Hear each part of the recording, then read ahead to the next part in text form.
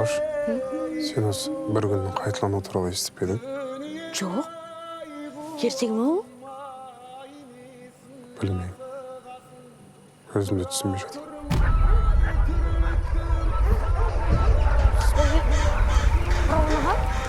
Не болды?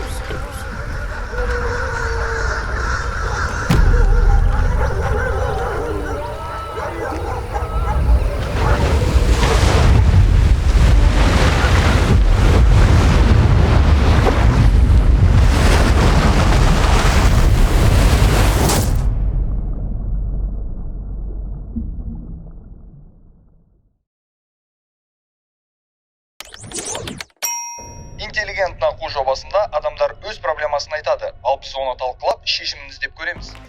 Баршаңызға сәлем ұлдар, қыздар, қайырлы күн, қалайсыздар? Қайырлы күн, ассалаумағалейкум.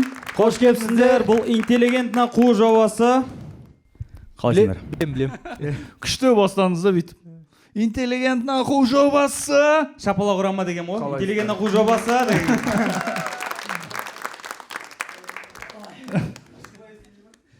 Сондайдан бастадың ба? О, нақ суырдың енді.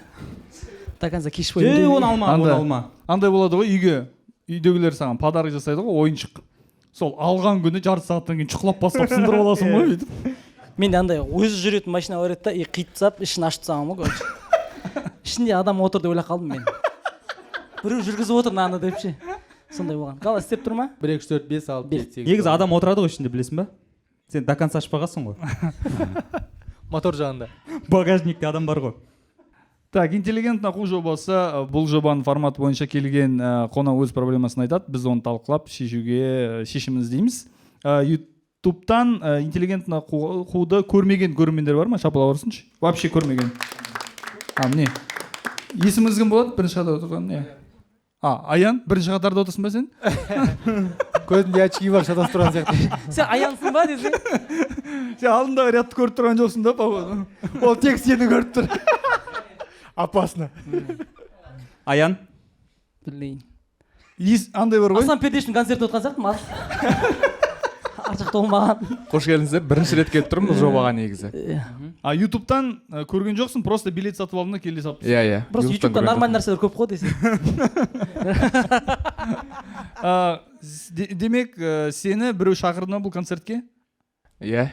Дос балам шақырды. Bir жағынан өзім келгім келді. Қасында отырған дос балам ба? Иә, дос балам. Демек, досың көреді, сен көрмейсің. Иә. Просто менде мегабайт жоқ еді десең. Так, Аян, сен студентсің? Иә, студентпін. Қай оқу орны, мамандық? Абай атындағы Қазақ ұлттық педагогикалық университетінде 2-ші курс мұғалім, химия. Химиядан беретін еркек адам бір жет көріп тұр негізі. Жоқ, неге химик мұғалімдердің көбісі ағай ғой. Химиядан ба? Бізде Неге олар апай болып көрінеді? Өздерің еркектер бір жерге жіберіп жатқан шығарсыңдар, мына жақта оқытып аласыңдар да самасы былай бір жаққа да. Группадан неше жігіт бар сонда? 13. 13-шіде жігіт ба? 13 жігіт, 14 қыз. Қыз көп қой по-любому. Біреу болса да. Білейін, химиядан беретін апайдан естеріңде ма? Бізде химиядағы бір прикол айтайын. Дәм тұздық болсын. Тиына келеді деп, бәрі қазақша үйреніп кеткен. Тұздық болсын. Ою. Жездесі деген сөздер Химиядан беретін мұғалімнің шашы химия болатын бізде, короче. Бюро болатын осындай. Бізде андай апай болатын, андай. Сақалы бар ма? Самар бар тұғын. Андай әже болып тұрған бар ғой, әже. Міне әже деп ше, бірақ бізді по-любому бітіртті бар ғой. Біздің кейін бір 3-4 класс бітірді еще. Андай міне көріп қалады ау деп ойлап жүрдік негізі ше. Әне міне көріп қалады ау деп жүрдік. Бір ана апайдың. Бірдеңе химия ішетін болар енді. Ұзақ өмір сүру таблеткасын ойлап тауып. Күшті апай тұғын, әше. Аян, бұл мамандықты өзің таңдадың ба? Негізі врач болғым келген, бірақ врачқа түсе алмадым. Диагноз қоя алмадым, содан кейін айтты. Бір екі адам өлтіріп алдым, содан кейін қой. Демек сен биологияны тапсырдың? Иә, химия биология тапсырдым врач болу үшін, бірақ врачқа түсе алмадым, сосын мұғалім. Бал жетпей қалды. Иә. Неше бал? 2 килограмм бол. 15-20 балды жетпеді. Қанша бал жетпей қалды дейді ғой? 120 бал жетпей қалды десе. 20 бал дейтін сен өз мүмкіндігіңді асыра сілтеп жүрген жоқсың ба андай? 2 бал жетпей қалса нормально. Сен демек грантқа түсу үшін оқу таңдадың ғой, иә? Иә. Төлемеш. Стипендия қанша? 75 мың. Кечи? Иә. Почти жұмыс істеп отыр ғой, көрдің ба? Сен қазір химиядан мұғалім болып барсаң да примерно сондай жалақы аласың. 76 мың аласың. Мұғалім болсаң. 75 мың стипендия ма? Сен получается Иә, иә, стипендиясын и сол университетті охранять етесің ба қалай? Қаяқтан бұлар? Жаңа Даниярдың химия апайлар қартаймайды деген енді түсіндім. Олар үшін зарплата мотивация ғой. Өсет деп до конца күтеді да. Келесі жылы вообще 85 аламыз. 85? Мен ойымша Қазақстан бойынша стипендия 30 мың, бірақ мемлекет бүйтеді. Аналар химия оқиды ғой, көтерейді да. И так ауыр сабақ қой.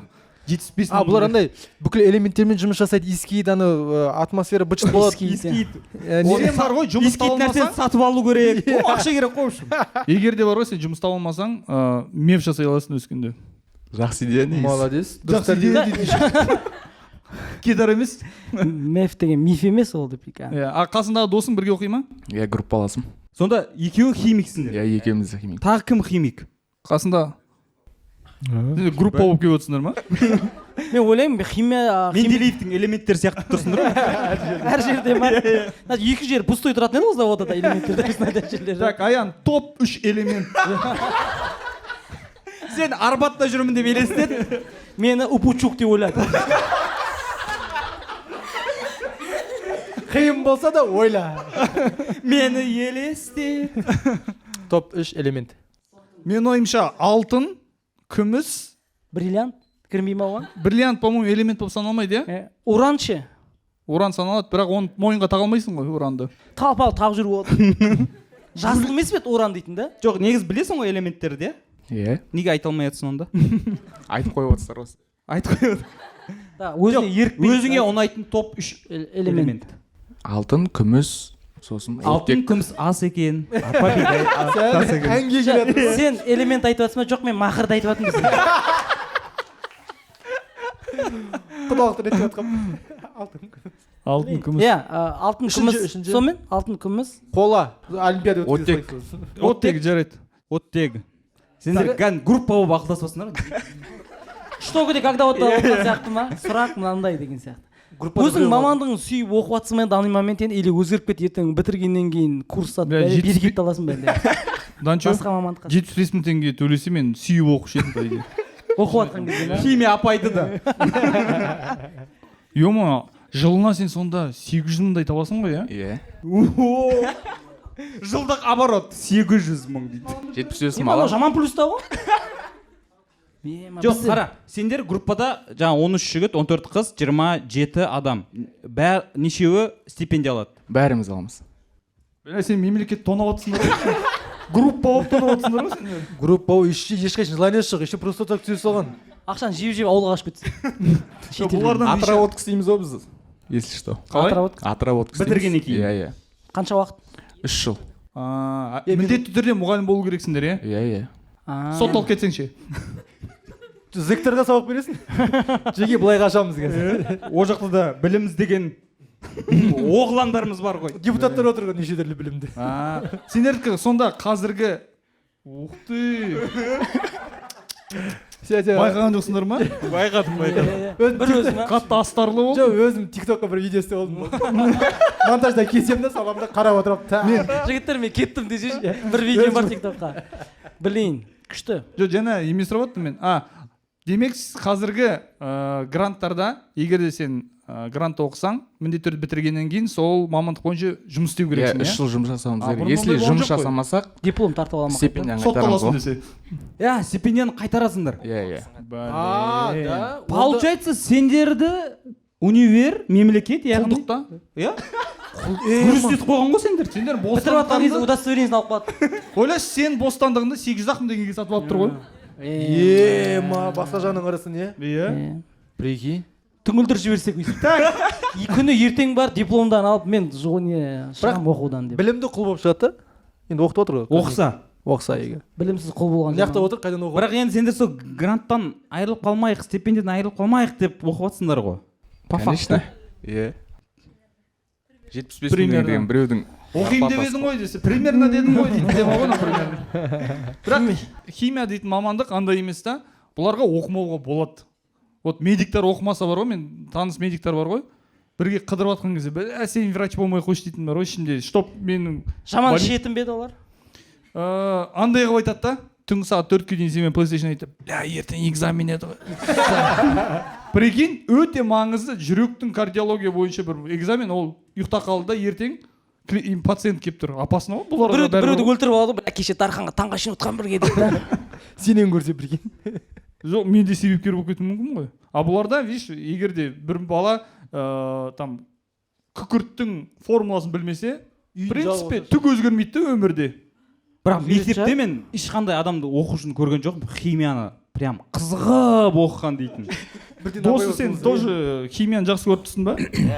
Жоқ. Так, микрофон берші. Микрофон Менікі дышы ғой, дышы. Сенің атың кім? Ерасыл. Ерасыл. Менде де осы план болған, негізі медик боламын деп. Потом бал жетпей қалды менде де. Неше балл? 92-мен 20 түстім. Примерно 20 баллда жетті. 92 болса нормально түскенсің ғой, негізі 60-ға дейін беспейді да. 75 болды. 92 штраф келеді. Сол айтайын деп жеткізе алмадым біле. Сен де тек стипендия үшін түсе салдың, грант үшін. Жоқ, қазір уже планда бар. Қандай план бар? Осы мұғалім болып. Мұғалім болып бастауға. И потом куратор болатын. Потом бөлем. Сөйтіп кете береді. Сұрақтар келеді. Сосын көрем. Блин. Ну, бірақ та, видишь, менде де мысалы география мұғалім болам деп. Сен география пәні мұғалімсің, иә? Жоқ, мен мемлекеттік жергілікті басқаруды бітірген. Бірақ география пәніне тапсырғам мұғалімге. Тек обратно кетіпті ғой. Жоқ, мен грант үшін таңдағам. Просто таңдай салдың. Оған да түсе алмай қалғансың ғой бір. Білеш, мұғалім дейтін негізі ең оңай ғой. Ең қызығы, былай ғой, бұл кезде қазірде 4 пән таңдайсыңдар ма? Соған қайсына түсесің, соған таңдайсың, иә? Өзі 4 пән таңдамайсың, өзі 1 пән. Мен бірінші мұғалімді таңдаймын. География мұғалімі. Өзі 1 пән таңдамай ма? Жоқ, 1 пән таңдай, 4 мамандық таңдайсың. 4 мамандықты жесің. Географияны тапсырғаннан кейін 4 мамандықты таңдаймын. Біріншісі география мұғалімі, екіншісі болмай жатса, завуч. жоқ, ДШ мұғалімі. География ДШ мұғалімі бола ма? ДШ мұғаліміне любой еме келе береді екен. Келе бере ме екен? Любой мужик келеді. Биология. Любой мужик ДШ мұғалім болды. Любой Сәл ішетін. тірі болсаң болды, короче, оған түсу үшін. Физкультура, одан кейін еңбек мұғалімі, короче, ол басқалай аталады бір техника. Алғаштардың коллективі. Чисто шешін жақтан тапсың ғой. Төртінші, егер де осы үшеуіне де түспей жатсам, жергілікті мемлекеттік басқару деп для прикола жасай саламын ғой. Үшеуіне де грантқа түспеймін ғой, прикинь. Жергілікті басқару ол типа әкім сондай сияқты ма? Онда бәрі онда для приколға отыр екен ғой. Зато алқаш болудан аман қалып, ел басқарып жүр. Мен өзімді күшті мұғалім боламын деп ойлаймын. Сен мұғалім боласың, досым. Сен андай жібермейтін қатаң мұғалім болатын сияқтысың. Ана алтын сабақ болып тұрса да до конца өткізіп жүретін конченый болады. Сондай конченый мұғалім болады. Қайта беріңдер де жоқ болады менде. Ауырып тұрсам да бар ғой. Бір рет біз негізі в основном ДШ-дан көбісі беске кетеді ғой негізі в основном. Ең жеңіл сабақ қой, бірақ бізге Дархан сияқты бір далба мұғалім болды да бізге ше. Кроссовкың жасыл болса 2 қоятын болды ғой, жасыл болсын. Неге сен педекске киініп алғансың деп ше. Сондай мұғалім болды, кәдімгідей классикаға ұқсайтын трико киіп келсең 2 қойып жібереді, сондай мұғалім болды, кәдімгі жібермейді да қазір. ДШ-ны сүйіп таңдаған ба? Турникте 5-ші класста 20 рет алдыру керек дейтін әңгіме болды, короче. Біз жетеуін әрең бет қисаңдап жатқан кезде 2-ге шығып мен соңында ана ағай ауысып кетіп әйтеуір біздің бақытымызға қарай. Бүйтей ма? Өздеріңдей Усейн Болтты қараңдаршы.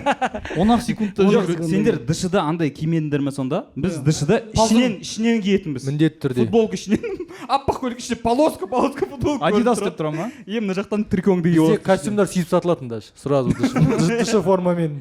Костюм ішінен былай трикон балаға шығып тұра ма? Дәл солай, шынымен. Дәл солай. ДШ солай өтті бізде. Ар жақты не істейміз? Сен білдіртпей қашып кет. Біз әңгіме айтамыз, сен білдіртпей қашып кетесің да кет. Так, қандай проблема бар? Оқуда сондай проблема бар ма? Жеке баста өмірде отношения. Екеуіңде. Жоқ, шүкір бәрі проблема. Конечно, ай сайын 75 мың. Қазір оқу қанша тұрады, кстати? Миллион. 300-ден? Миллион? Кім ең көп төлеп оқиды? 1,5 миллион дейді. Қандай мамандық? Жергілікті басқару десе. Ұқсайды, менікі политология, журналистика. Политология, журналистика. Сонда политический жаңалық айтасың ба сен? Бишімбектен бастайды. Өткен жылы 1,550,000 болды, биыл көтерілді. 1,550,000. 1,600,000 теңгеге оқу. Сен екеуің жылдық стипендияңды қалдырып берсеңдер де жетпей тұр ғой. Сіз платныйда оқисыз ба еще? Грантта оқып Просто отырып. платныйдан алло. оған ешкім платныйға оқымайды. Микрофон берейікші. Микрофонды бере салайықшы. Біраз нәрсе айтып жатты қазір микрофон апарып тұрғаннан. Микрофон апарып еді болды десе, рахмет. өлең айтып кетсе прикинь. Арнас дальше сіз жасайтын шығарсыз, біз сізге 75 мың теңге береміз еще. Ар жаққа берсін. Ар жаққа. Ар жаққа. Брат, көріп тұрсың по-любому. Прикинь, ертең монтажда чисто көті көрінеді. Көті шығып. Еще халық бізді хоррор қылып қараса. Біреу бүкірейіп жүр ғой. Шоуды қоя тұршы, біреу бүкірейіп жүр қарашы. Чисто егізік. Мистика деп. Есіміңіз? Менің атым Арайлым. Арайлым. Қандай мамандық? Нархоз университетінде саяси бұқаралық коммуникация. Это журналистика и политология вместе. Сөздері уже четко, нық уже көрініп тұр, журналист. Түсініктемесімен барға. Есіміңіз кім? Арайлым. Арайлым, топ 3 политик. Шынымен де. Топ 3 политик и журналист. Опучук жоқ бұл жерде бірақ. Серьезно ма? Серьезно. Арайлым саған қай жерге кеп отқанын айтпады ма? Это политический шоу. Бізде жаңағы сіз айтыңыз, сіз оқитын жерде оқу құны 1,5 миллион теңге дедіңіз, иә? Иә. Сіздің группаңызда сондай адамдар бар ма? Жоқ, ешкім түспейді оған платныйға. Просто баға қойып қойған, бірақ оған ешкім түспейді. Білімге деген онда құштарлық жоқ, иә? Типа мен төлеймін дейтін. Онда біз неге ат шаптыртып ана жерде микрофон бой алдырдық сізге? Жоқ, менікі просто Дарханмен бірдей болды. Мен де сөйтіп түсіп қалдым. Мен негізі мұғалім болғым келген. Так, ауысың үшін. Мұғалім болып, грантқа осы болып шықты ма?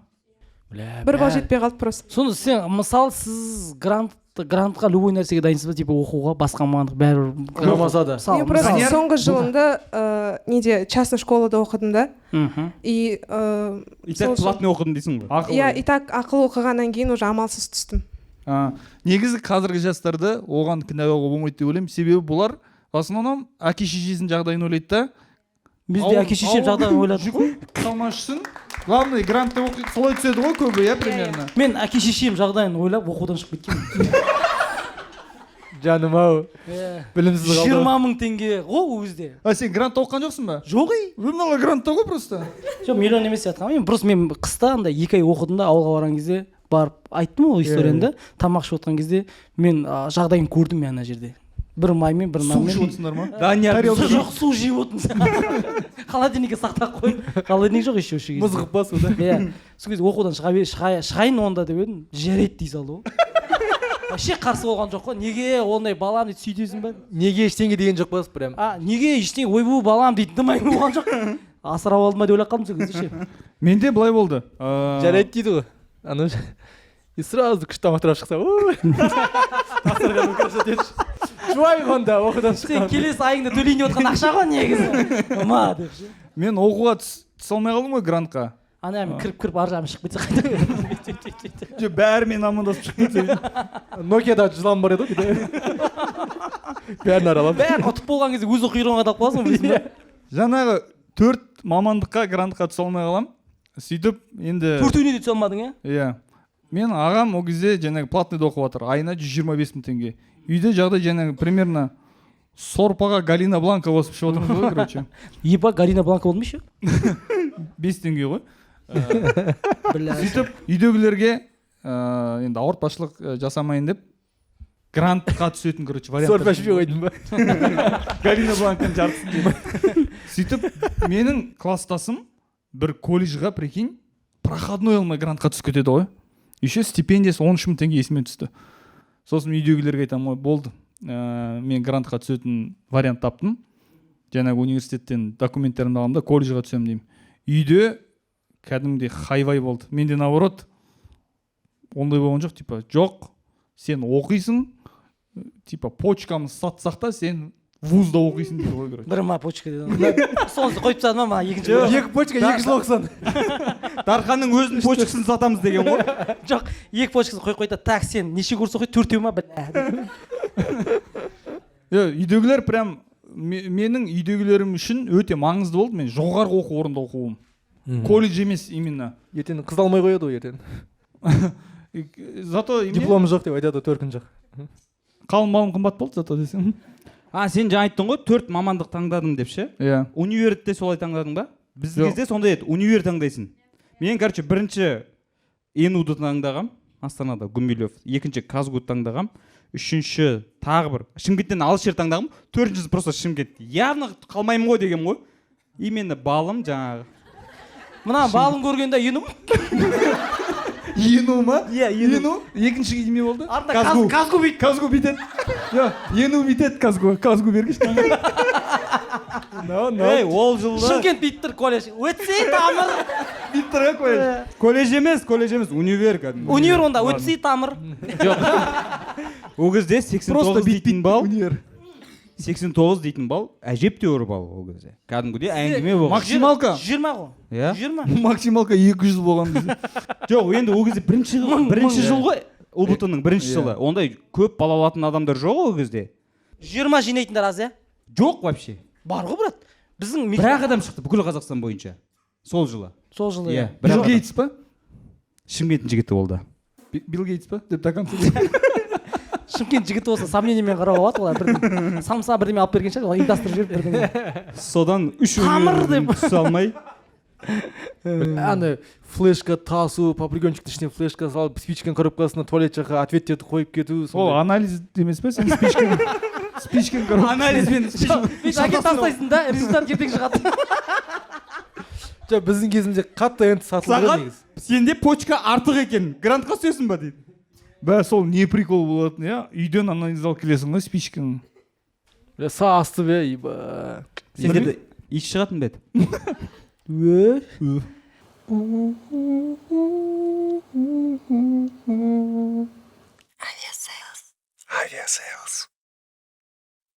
Авиасейлс KZ. Арзан ұшақ билеттерін іздеп сатып алу. Так. Ладно. Жоқ, битек, Арайлымнан проблема сұрайық. Мен Арайлымды ұмытып Арайлымды кеттім. ұмытып кеттіңіз ғой. Біз Динаны ұмытып кеттік. Арайлым былай тұрсын. Қазір шақырамыз. Дина ханым, дайыналамыз. Мендегі проблема Жоқ шығар ондай. Грантта оқисың. Жүр, айтатын сияқты болып тұр. жастардың арасында кеңінен таралған тәрбиесіз үлкен кісілермен не істеуге болады? Жастардың арасына Бізді ештеңе істей алмай отырмыз. Тәрбиесіз үлкен кісілер. Нұрмахан, сізге арналған сұрақ. Бізге өтіп баратсақ бүйтеді. Ол не, мысалы деп. Иә. Амандасқан кезде бүйтеді.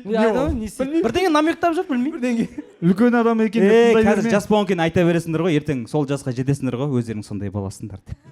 Тәрбиесіз марқұм атам да осылай құтылатын. Жоқ, ол андай ғой. Арайлым қандай мысал айта аласың? Иә. Нақты өзіңмен байланысты бір мысалды айтшы. Мысалы өткенде мен универге бара жаттым, сөйтіп автобус толып тұрды, бір кісі келді, мен көріп тұрдым да, кісінің келген. Анализге кетіп бара жатыр. тәрбиесіз үлкен Міне үлкен тәрбиесіз адам. Міне қуып тұр. Анализіне Қара көз қарындасының проблемасын айтып отыр. Анализ боқ көрсетіп тұрған. Автобуста? Автобус. Сөйтіп алдында бір үлкен тәте отырды да, и так бәріне тиісіп отқан. Мен ана кісі Тиісіп отқан? Типа қалай бүйтіп? Жоқ, тәте ма? Сөзбен сөзбен, иә. Сөйтіп мен ана кірген кісіні көрдім да, түсіп орынды берейін деп жатқан, бірақ адам толып тұрған кезде сразу тұра алмайсың ғой автобуста. И бір аяғымен бүйтіп түсіп жатқан кезде ана кісі маған сөйледі да, типа, неге орын бермейсің, тәрбиесіз, мен сен шешеңмен жастымын деп өзін айтып кетті. Сөйтіп мен кірген апаға орын беріп, напрямую ана алдындағы тәтенің жанына тұрып алдым да, қарап тұрған бетіне специально. И сосын ана кісі бастады. Ол салып қалды ма? Жоқ, бастады, сен тәрбиесізсіңдер, жастар тәрбие көрмеген, сендер мен әке шешелеріңмен жастымын, сендер бізді құрметтемейсіңдер деп, как обычно бастады. Сосын менің жасым 50-де, мен сенің шешеңмен жастымын деп, андай болмайды. Не? Сөйтіп айтып бастады. Құрдас қой. И мен айтқам ғой, выглядите на все 100 деп ше. Сен неге дар емес? Өзінде не бар екен бар? Жоқ. Раунд. Раунд апай. Бүкіл автобус. Да. Водитель рөлді ұмытып кеткен ғой. Слово апай. Тәрбиесіз, міне дәлел десе. Еба. Сөйтіп ол просто 2 жыл бойы жиналып қалған обидам ғой, содан шығып кетті. Кешіріңіз, апай сізге шығып кетті. Негізі сізге емессіз деп ше. Білейін. Не айтты ол? Сонымен оның жауабы қандай болды? Хамка, гадина деп артынан сөйледі. артына Қазақша сөйлеген уже выглядит на все 100 дедің да, артқа қарап алдың. Уже шығу керек мен остановкадан келіп. Шығу керек. Бұлар шығатын кезде айтқан ғой. Ол да біліп тұрды. шығып бара жатқан кезде бүйтіп кеткен ғой. бүйтіп айтады ғой, типа выглядит на все 100 деп шығып бара жатқан кезде есік жабылып қалып қалса бір остановка бойы ұялып. Өйтіп 100 деп жатқаным ғой. Жүз Тілек қой, тілек, апа. Тілек. Жүз жасаңыз деп айтқым Деседі ғой, неге орын бермейсің, оңбаған, жастар осындай дейді ғой, сол кезде ақсаңдап шығып кетсең. Бір аяғың бүйтіп ал. Иә, менде инвалидность бар деп. Менде сондай прикол болған, Ол просто бар ғой. кісілерге бәрібір ғой. Ұялып кетті. Сен жас болсаң, сенің проблемаң жоқ деп ойлайды. Не проблема сенде деп. Мен үлкен болып жатсам. Дұрыс қой. Демек бұл кезекті сондай тәрбиесіз үлкен кісі, иә? Автобуста солай сөйлеген. Өте көп кездеседі. Әр автобуста болады, болмайтын адамдарға тиісе береді да. Берекетіңді алады сөйтіп. Болатын адамдарға тиіспейді, иә? Болмайтындарға тиіседі. Жоқ, мен Үлкен кісілер өздеріне Оған бар ғой тиіспейді. негізі TikTok баяғыда жауап беріп тастаған ғой. Иә? Үлкен екен деп бәрін тыңдай бермей далбайыптарда қартаяды дейтін бар ғой. Иә? Далбайып болса да үлкендер просто. Тарқан досым, далбайыптарды да сыйлау керек та. жоқ, мүмкін мынау бар ғой, қызық нәрсе, мысалы парадоксы сыйлау дейтін ұғым. Мысалы саған айтып отырмын, мен сен анаммен жассың, сен мені сыйлау керексің, анау мұны үй отырып нетпедім, сені анам сияқты не істедің маған деп. До конца кетпеді ма сен деп? Еміздің ба деп. 13 жасында помни, осындай өшеді, осындай болды, қайда болдың деп. Жоқ, андай қылып тұрсаң, мен анасыз өскем десең. Анам сияқты айтып, мен анам көрмеген осындай жыл болды деп жылап тастасаңыз. Соңында отыра беріңіз десе. Жоқ, қызық екен, до конца кетуге болады екен, иә? Жоқ, андай бар еді ғой, не дейді? Біреуді брачка деп қалсаң, брачка дейтіндей маған братан боп не? Таскал, ласкал дейді. Сіз жақта орысша айтқан екен. Жоқ, таскалды түсінемін, ласкал не үшін дейді. Брачкасың ғой сен, оны ласка детіп не істейсің? Дина апайдың өзі келіп отырса ана жерге. Қызық болып жатыр. Қызық болып жатыр жігіттер. Мені қойшы айта беріңіз. Бүйтсе, жездесі қасан шығады десе. Я, не істейміз оны, қонақ шақырамыз ба? Онда қонақ шақырайық. Арайлым шешімі шыдау керексің, өйткені сен де қартаясың. Екінші шешім машина болсашы, малға. Рахмет. Как раз грант оқисың. Арайлым тез машинаға жинап жатырмын, иә. Молодец. Мен ойымша Арайлым өте дұрыс істеді. Ондай адамдарға өз тілінде жауап беру керек. Әйтпесем олар басына береді. Мен рахмет. Мен былай айтар едім, жауап бермеген күшті. Мен басып тастаған. Мен былай айтар едім, жауап бермесеңіз вообще күшті. Ол 2 жыл үндемедің ғой, ол шығады ғой бір жерден. Сен 5 жыл үндемейсің. Ойлашы, ертең күн кетесің. Жинап келеді да, әке-шешесіне сөйтіп айтып қойса. Мысал үшін. Лучше қайдағы бір апаға автобустың ішіне айта салған дұрыс. Политологсыз ғой. Өзіңіздің аккуратно политикаңызды Мен дайындаңыз. терпила емеспін да просто. Терпила емеспін ғой мен.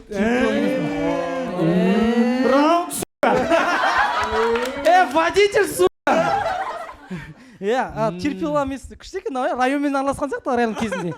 Түрмеге шай тасыған сияқты ғой бауырым. Терпила дейтін шыдамды ғой. Арайлым, мен, иә. Сен наоборот терпиласың, шыдамдысың ғой. Терпит етесің. Жосқа айтсың. Арайлым, ең бастысы... Басым заман болсын деп бітірттіңіз. Онша мен сол бітірттім. Ең бастысы дұрыс остановкадан түс деп. Бастысы өмірлік аялдамадан кешіп қалма деп. Ол анау жергілікті каналдың соңғы бағдарламасы түнгі 2-де беріп жатқан. Өз бітіріп тастайды ғой. Қонақ шақырайық. Арайлым автобуста көрген үлкен апа десек. Интеллигентна қу жобасының бүгінгі қонағы журналист, тележүргізуші, продюсер Дина Төлепберген.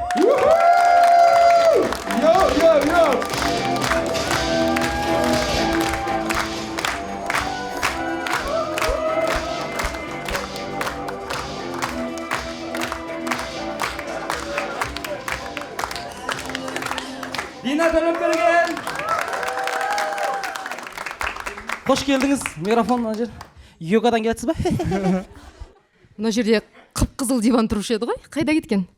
Жудық қой десең. Тұрып алып тастадық.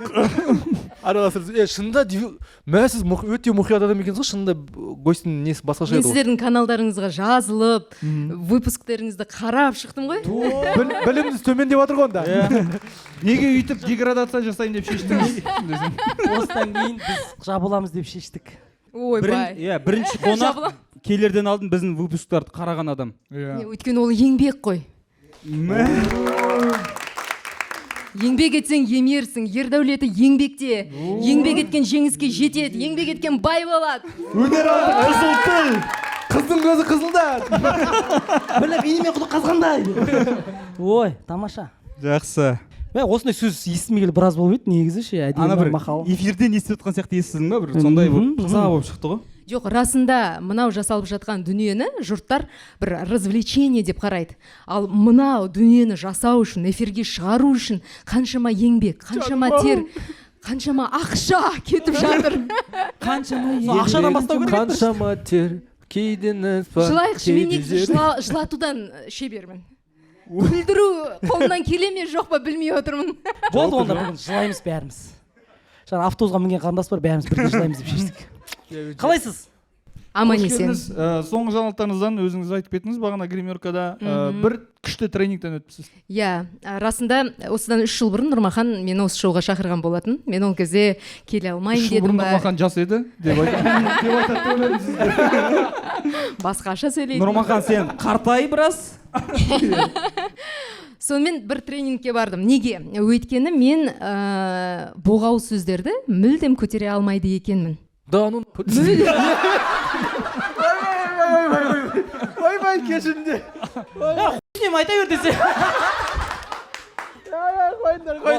Жоқ, шын мәнінде мына жақта айтылып жатқан әңгімеге көңіл бөлмей аса, көңіліңді түсірмей, сол бір темппен өзіңнің позитивті нотаңды ұстап тұру үшін дайындалу керек екен. Маған өмірімде ешкім бір боғауыз жаман сөз айтпаған да, сондықтан да ойладым, қазір сіздер бір басқа сөздерді қолданып жатсаңыздар, мен мына жақта бір омырыққа құлап жатсам, жақсы болмас деп.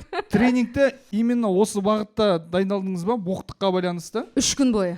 Негізінде 3 күн бойы сіздер боқтады. Сонымен боқтықтар тізімі деп алып шықсаңыз. Біз тегін істеп беретін едік қой. Осы жерде емдеп жіберетін едік қазір. Сол кезде 3 жыл бұрын шақырдым ғой. Қазір профи болып отыратын едім. Маған тяжелый ойнайтындаршы деп. Жоқ, негізінде ол коммуникация. Біз адам ол да коммуникацияның бір түрі ғой. Иә, мысалға кішкентай балалар боғауыз сөздер айтады, сөйтіп өзін бір кереметпін деп санайды, мыс. Бірақ олар ол мәдениеттің ең төменгі деңгейі екендігін білмейді ғой. Түсіндір ма? Әдемі. Сендерге дамнопсыңдар дегенде аккуратно. Қалай аккуратно жеткізді? Еще анда вилкамен, пышақпен стейк жеп отты да бүйтіп. Ақыл деңгейінің төмен екенін көрсетеді деп. Қалай алып келді? Жоқ, еще оның алдында бала деді. Сендер туралы айтып отыр десе. Әлі бала. Болды, салфетка. Бала болған соң осылай. Бала тілі бал дейді ғой. Балдар не демейді. Динаған тілін тазалаймын. Сонымен сол негізінде боғауыз сол коммуникацияның бір түрі екен. Әсіресе енді сіздердің деңгейлеріңіз көтерілген сайын, ертең күрделі мықты олигарх бизнесмен боласыздар. Сол кездегі Қашан, ертең ба, күні ертең?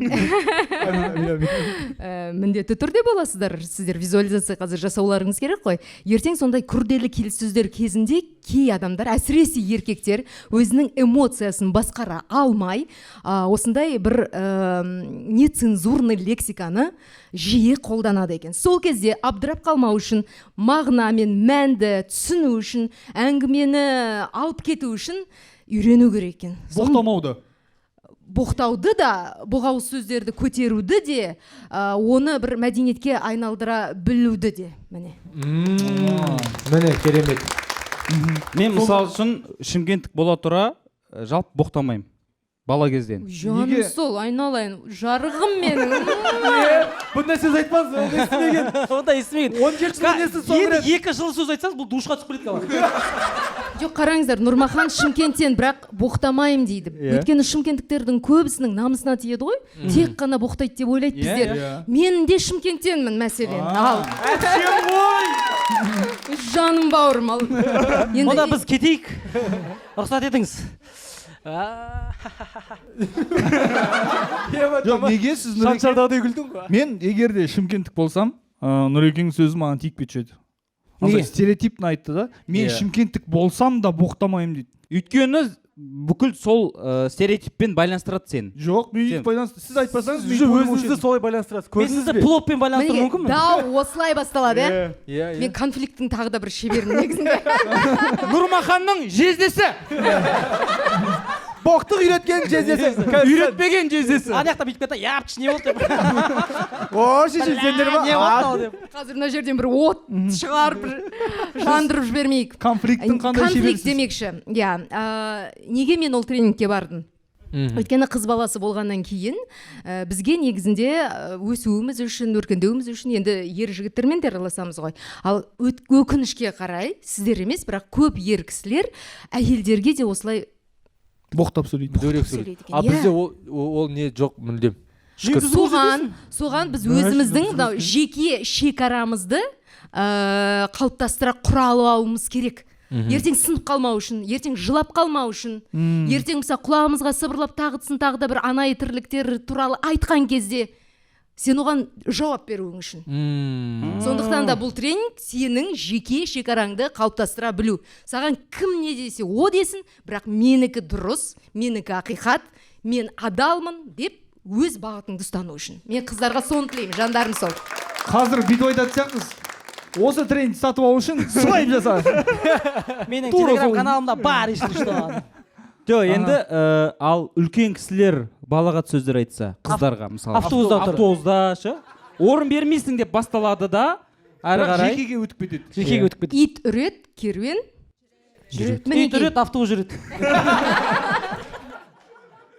Сол сияқты Арайлым біз, қараңыздар, ең бастысы сен соның деңгейіне төмен түсіп кетпеуің керек қой. Міне мен ғой айтқан бағанағы. Деңгейден төмен түспе, остановкадан түс. Иә, дұрыс айтасың.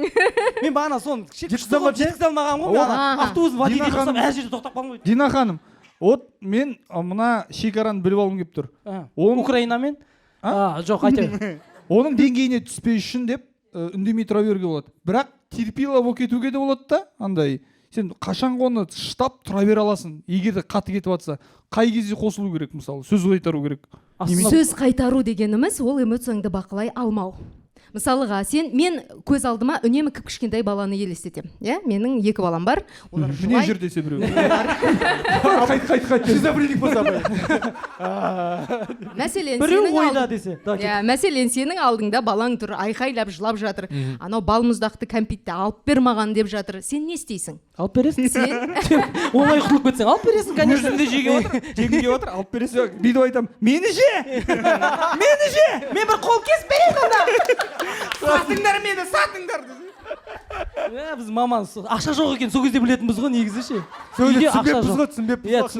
Мені сат дейді. Енді сырттай сол жағдайды көз алдыңызға елестетіңіз. Сіз ересек, саналы, homo sapiens, сіздің жаныңызда әлі дамымаған, өзінің эмоциясын басқара алмайтын кішкентай балақай тұр. Сіз сонда оған айқайласаңыз, тура соның деңгейіне түссеңіз, сіз оған не үйретіп жатырсыз? Ал.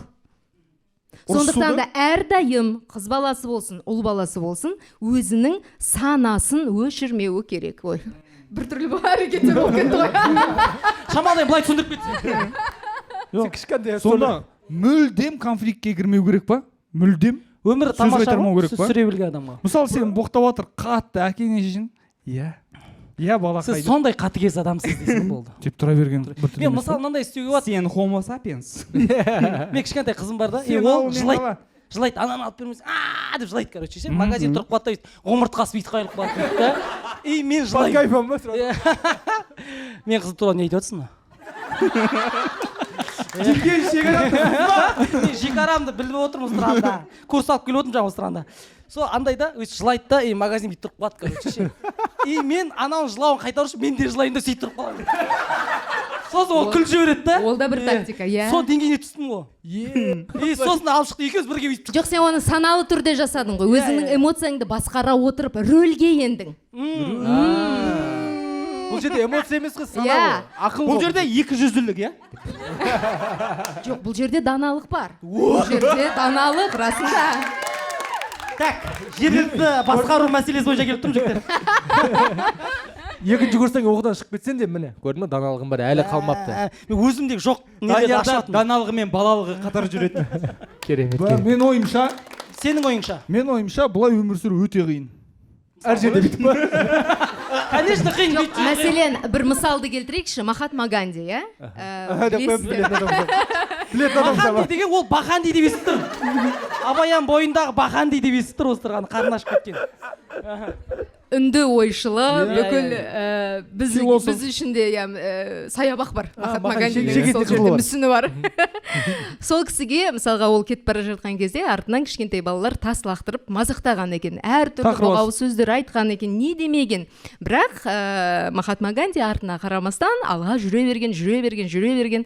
Сөйтіп үйіне шейін жеткен ғой енді. Сөйтіп ана балалар тағы да артынан айқайлап жатыр екен. Сөйтіп айтады, қалайсыз енді аға, сіз? Біз сізді 1 сағат бойы боқтадық, не демедік сізге? Сіз болса бір ретте артыңызға қараған жоқсыз. Битсе, а десе. Наушник шығарса, а? Не отыр деп. Ұқсас. Келедір. Бір ретте сөз қайтармадыңыз деп. Сөйтіп үйіне кіріп кетеді да. Ал енді сендермен менің көмекшілерім айналысады дейді. Түк, болды.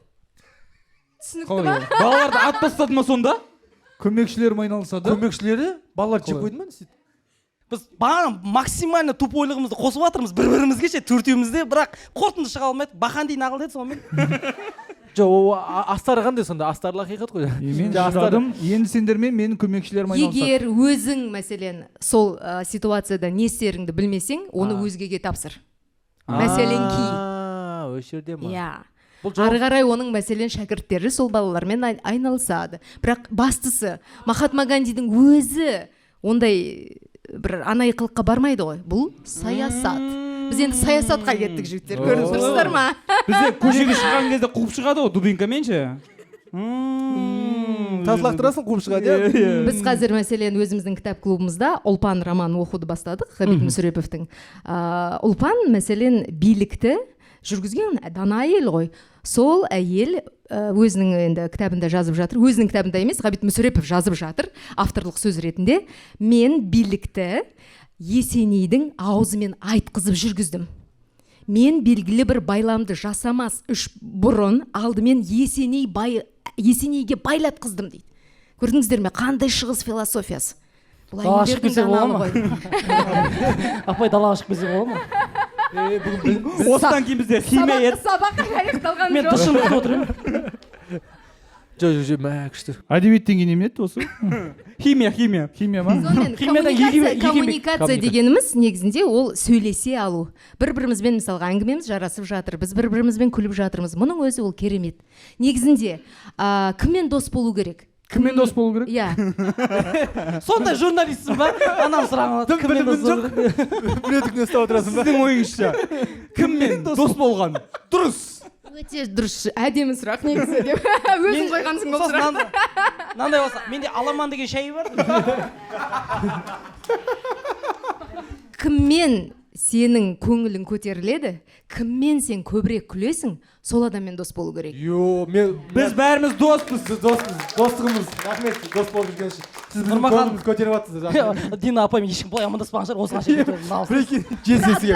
Жүздуқасымен амандасқан сияқты өзі. Салам алейкум. Жоқ, оның бәрі күшті ғой. Бірақ енді сіз сол қазіргі таңда сіз қайдасыз десе. Қасыңызда отырған жоқпын дейді. Сонда журналист достарыңыз бар. Сіз сол тренингке дейін бір конфликт болған шығар енді бір. Иә.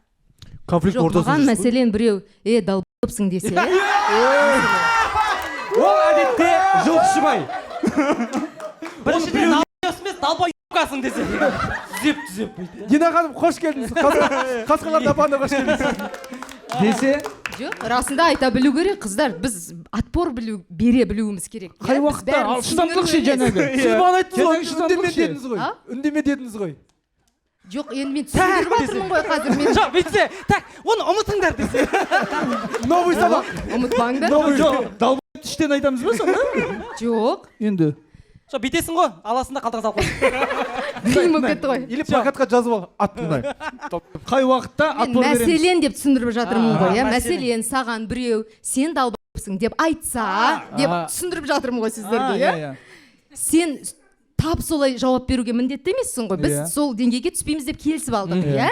Бірақ сен абдырап қалмауың керек. Мен бұрын егер осы сөзді естісем, бір ступорға түсетін едім. Не деп айтамын? Мен қызарып кететін едім де, менің ақыл сана сезімім өшіп қалатын. Бұл қалайша деп. Мен мұны мені кішірейту, мені құрметтемеу деп түсінетін едім бұрын. Ал қазір мен бұны не деп түсінем? Бұл байқұс, мынау жігіттің деңгейі, интеллектісі. Маған емес, маған көрсетті. Мен нормально, ар жаққа былай көрсетті. Мен ортаға тастадым, өзден бөліп аларсыздар. Да, менікі. Мен іштей, байқұс-ай, басқа сөз таппай отыр екен ғой.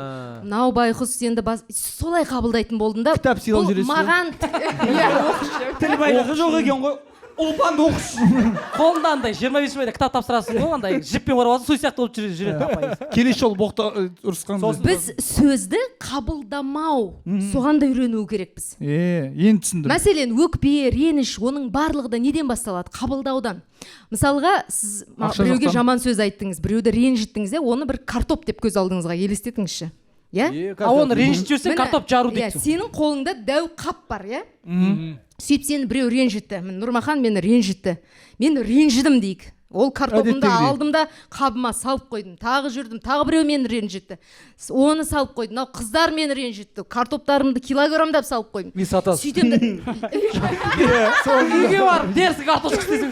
Дерсің, жаркой. Жаркой, қуырдақ, четкий. Картошка оны тасып жүру қиын деп тұрсыз ғой, иә? Ақылды жігіт, өте ақылды. Дарханның ой өрісі. Жоқ, керемет. Ақылды жігіт, Дархан өзі шошып кетті, дұрыс нәрсе айтқанда. Жоқ, ақыл деңгейі жаңағыдай ғой. Кіммен дос болу керек дегенде, соны кіммен дос болу керек? Картошка дегенде. Баяғы апай айтатын еді ғой, кел балалар оқы, лақ деп қосып. Лықтыған алып келесің ғой, мына жақтан лықты бүйтіп іздеп әкелесің ба? Өте керемет бір жүргізуші шығады сізден. Рахмет. Или наркоман, өзіңе ойлансты. Болашағыңа ойлансты да енді. Сен кіммен дос боласың, сол шығады. Сол шығады. Иә, біздің айналамыз, ол біздің айнамыз. Иә, айналамыз, ол біздің айнамыз. Біз кімге лайк қоямыз, біз сондаймыз. Түбінде, иә. Картоп, көшеде келе жатырмыз, бір қап картоп. Уақыт өтті, картоп шіріді ма? Шіріді. Иә, сен оны алмадың, еш нәрсе жасамадың, бітті, картоп шіріді. Сол шіріп, ол сасиды, иә, дұрыс па? Сөйтіп сен де сасисың. Сол өкпе реніштің бәрі ол сасық дүние, ол ауыр дүние сен айтқандай. Сондықтан да оның бәрін көтеріп, тасып жүргеннен не пайда? Түбінде кім одан ұтады, біз одан ұтамыз ба? Өмір деген ол санаулы ғана уақыт қой. Өкпе ренішпен мүлдем басқа тұрмау керек. Болды, айтты ма, бітті, кеттік, ары қарай. Мен өзімнің өмірімді, нағыз шынайы өмірімді түсірем деп. Мысалы, картоп жинап балконға жайып қойсам. Шірмейді ғой, әдемі чот жоқ тұрмай. А ол балконға жайып қойды, қандай процесс келтіруге болады екен? Сол жағаны ойластырып жіберсек мысалы. Фотосинтез процесі туралы айтамыз ба қазір? Тым түсінген жоқпын да. Күн сәулесі түсу арқылы. Проблема дедіңдер, мысалға проблема айтайықшы. Міне картоп 500 теңге. Проблема ма? Проблема. Ал сен оны балконға жайып қоям дейсің. Ол не? Рәсуа ма? Рәсуа. Ал кеттік ары қарай. Мен оны 500 сатып не істеймін? 4-5-еуін. Ол солып қалғаннан не істейсің ары қарай, айтшы. Екінші курста шығып кеткен. Ол егем деді, егеді. Егуі мүмкін ғой, иә? Егуі мүмкін. Жерді ауды. Колорадский жүктарды сосын тазартуға бәріміз көмекке шақырасың. Картошканың бетіне жүктар тазалушы еді ғой, сапсар. Огородта. Мен осы жаңағы сіз бағана сөзге ілініп қалдым. Дархан досым, бұның бәрі образ шық. Сен алдап жатыр, сен уже мұз қылып тастады, сен уже аяқтарын қатырып тастады. Мен курс туралы айтқым келіп тұр да. Нешінші курс? Тренинг курстары. Менің таныстарым, где-то жұмыстағы таныстарым осындай тренингтерға барған. Күшті оқытайды қазір. Жоқ, ол андай картошкасы да осының бәрі бар ішінде. Ешкімге ренжімеу, өз-өзіңді активный болу, мен әлемді жақсы көрем, мен орындық жақсы көрем деп, короче, қуып бастады жұмыста. Сыртта нервші темешек тұрмын. Мен әлем жақсы көрем, орындық тұрмын, сүйісіп атса. Орындықпен. Мен мына диванмен жатып қойдым. Жаным, орындық. Мен мына диванмен жатып қойдым десің. диванмен жатып қойдым. Қатты жақсы көріп қалдым деп па? Қатты жақсы көріп қалдым. Күнде диванмен жатамын. Ана жоқ, бастысы сен өз өзіңді жақсы көру керексің. Болды, сен өз өзіңді жақсы көрсең, сен әлемді де, әлемдегі бар дүниені де сыйлайсың, құрметтейсің. сізге сұрақ, бұл курс әлемді де Верониканы да жақсы Сен көресің. өз өзіңді жақсы көрсең, сен осы тұрған тауда тренингті өткеніңізге қанша уақыт болды? Біткеніне? Біткеніне, иә. 1-2 ай болып қалды. 1-2 ай болды, иә. Мен сол адамдарды көрдім ғой, енді олар бір Қайдан көрдің сен оларды? Жұмыста. Сенің басқа тренинг өткен ба? Иә, басқа тренинг. Бағана айттым ғой сізге гримеркада. Атын айтпай қояйық дегенім ғой просто. Одан кейін олар келеді, Дархан сағымнан өту керек дейді. Оның 2-3 этабы бар екен. Біріншісін өтесің, ол 400 мың теңге, екіншісі одан да күрделі. 600 мың теңге, сөйтіп 800 мың теңге, где-то 2 лямның әңгімесі ғой. Соңында болмыш, бірақ довольно бәрін жақсы көресің ба? Баяғыда ауылда алқаштар бар да, ішіп отырады. Мен сені жақсы көремін ғой деп бүкіл әлемді жақсы көреді ғой болмыштар. Сондай әңгімелерге аналар бір 12-15 адамдай өздерінше болып жүр. Бүйтіп секта деп айтсақ бола ма олар? Өздері сектамын, мен секта деп айтатын олар. Біз сектамыз ха-ха-ха деп жүретін. По-моему, секта реально. Былай жерден сәл көтеріліп жүретін сияқты болады. И солардың образдарына қарап, біз жұмыстағылар кейбіреуі алданып, кредит алып, сол тренингті өтті. Менің не байқадым? Тренинг бітті. Қазір ешкім жақсы көрмей ма ол? Күшті жүр. 5 ай ма 6 ай күшті жүрді. Одан кейін жаңағы инерциясы бітті ма, қайтадан эйфория деп аталады. Ол наркомандар сияқты ғой, значит. Иә, ол дозаны каждый раз алып отыру керек екен. Ол курстар 4 ай сайын болып отырады. Сосын жаңағы ар жағынан бір бизнесіне шығып тұр ма? Енді расында бұл үлкен проблема. Өйткені псевдопсихологтар, псевдокоучтар қазір қаптап кетті. Сондықтан да біз расында керек пе? Ол кім? Қандай маман, оның бэкграунды бар ма, тәжірибесі бар ма, әлде алдау ма, сенің ақшаңның бәрін тартып алу ма? Әрине осының бәрін анықтауымыз керек. Осы сен көреміз деп. Қазір осының бәрін астарын ақтарамыз. Сізді жарты жылдан кейін шақырайық. Түсірілімге. Мен ешкім жақсы көрмеймін да. Расында менің барған тренингім ол үлкен курстың бір ғана бөлігі болды. Менің барған жерім ол бизнесмендерді оқытатын. Екінші этап бар ғой. Иә, менеджмент деген не, HR дегеніміз не, тағысын тағы. Егер мен енді бизнес ашпасам, вот сода кезде демек кетті ақша деген сөз. Сізді где-то 1 жылдан кейін қайтадан шақыру керек екен сізді. Уже егер ақшасы болса ойланып көреміз. Қалса ма тренингтарға? Мен негізі кезінде көремін жүргізгенмін, негізі айтуға алмай жүргізгенмін. Мына нәрсені айтайықшы, қараңыздар. Жоқ, мен астарлы ақиқат білейін. Екеу бәрі нағашы апашка бәрі бір ғой. Ол бөлінеді ғой. Уровень бөлінеді ғой. Уровень. Иә, көреміз. Айтуға оңай, астарлы ақиқат. Көреміз, бұйырса, Алла жазсын. Бәрі аман болсын. Ел игілігіне жұмыс істесе, барлық бағдарлама бар болу керек. Жаңағы мен сұрағыма негізі жауап бермедіңіз нақты. Тренингке дейін сізде қандай конфликт болды деп сұрадым. Нақты бір конфликт айтып, соды қалай шыққаныңыз, немесе шыға алмай қалғаныңыз. Өйткені тренингке бару үшін бір себеп болу керек қой. Сіз конфликттен шыға алмай қалдыңыз. Өте өзекті сұрақ. Мен өзім конфликт болған сияқты негізінде. Мен журналистке лайық. Күшті сұрақ қойып жібер, довольно болып қалады журналист па? Резко Нұрмахан бүйте ма? Жоқ, мен өйткені ол тренингке дәл бұғауыз сөздерге қарсы тұра алуым үшін деп барған жоқпын ғой. Тағы да қайталай, мен бизнесті қалай басқару керек, команданы қалай құру керек, сатқындардан қалай тазару керек. Я траблмейкер дегендер бар. Сол көңіліңді үнемі құрта беретін, сенің кәсібіңді, өнеріңді артқа тарта беретіндерді қалай алдын ала білуге болады. Соны білу үшін, үйрену үшін барғам негізінде. Бірақ енді конфликт болды ма? Болды, Асқат Садырбай. Бәрі конфликт қой негізі. Бір смачный бір есте қалған. Өсек жаман жақсы көретін журналист па? Мен вообще конфликтный адам емеспін ғой негізі. Мен тек конфликт тудыра аламын да. Дальше сами деп па? Бетет па, бензин шашады да, тұтандырып жіберді кетіп қалады ғой. Конфликттің анасы. Жездесі. Жоқ, расында мойындау керек, менің енді жасаған бағдарламам 13 жыл қатарынан, оның барлығы да дауға, конфликтке негізделген болды. Мен соның қайнаған ортасында өмір сүрдім. Шаршадым негізінде. Шаршап кеттім. Жаман конфликт деген өте жаман. Шаршап қойыншы осыдан кейін вообще. Шаршап кеттім ба? Жоқ, сіздер күліп отырсыздар да, рахат қой. Баяғыда шақырдық сізді, 3 жыл бұрын шақырдық. Күліп ойнап ойлап жүрген кезде өзіңіз келмедіңіз. Адамның өмірін ұзартып жатсыз. А менікі мүлдем басқа болып. Басқа, жоқ, сіз адамның проблемасын ортаға талқыға салып шешуге тырысатын, көмектесуге. Өте ақылды жігіт көрдіңдер ме? Сондай бағдарлама ғой сіздікі енді. Бірақ енді арасында бір айыбын ашып қойған моменттер де болады да, біреудің. Жоқ, егер біреу мені робот деп ойлауы мүмкін, иә.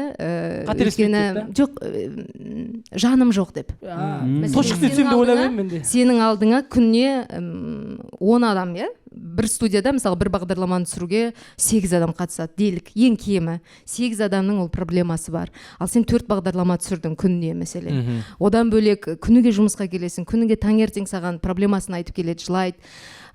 Саған таңертең оянасың, телефоныңды көтеріп қалсаң тұнған проблема. Бізге 700-ден астам қоңырау келіп түсетін, 700 проблема мысалы аптасына. Адамдардан кәдімгідей. Адамдардан, иә, мынаны шешуге көмектесіңізші, мынаны істеуге көмектесіңізші, не істеймін деп. Құқықтық сауатсыздық, жыныстық сауатсыздық бізде. Сауатсыздық көп, өкінішке қарай. Жыныстық сауатсыздық дейді аға. Бұл кісі сауатты әлі үйленмеді ғой. 700-дің ішінде менің сұрағым бар. Бар ма? Қаржылық сауатсыздық бар тағы да. Біздің тема. Иә? KFC жеп келген адам ретінде айтайын, 20 мыңға сауатсыздық. Завтракке KFC жеген адам ретінде. Үйге жинап отқан ақшамда KFC жеген адам ретінде. KFC жеген адам ретінде айтайын. Өйткені бұл негізінде халықтың ең үлкен проблемасы қазір ақша болып тұр. Неге? Өйткені қарызға батып кеткенбіз ғой. Кредит алмаған бір қазақты маған көрсетіңізші. Мен. Ой, молодцы, твай. Мен вообще. Қолдарыңды ұстап қойын жігіттер. Алмаған жұғысты болсын сізге. Кеше шаптым шаққа деп. Кредит алмағам, ипотека алғам. Онда қолыңызды обратно алыңыз.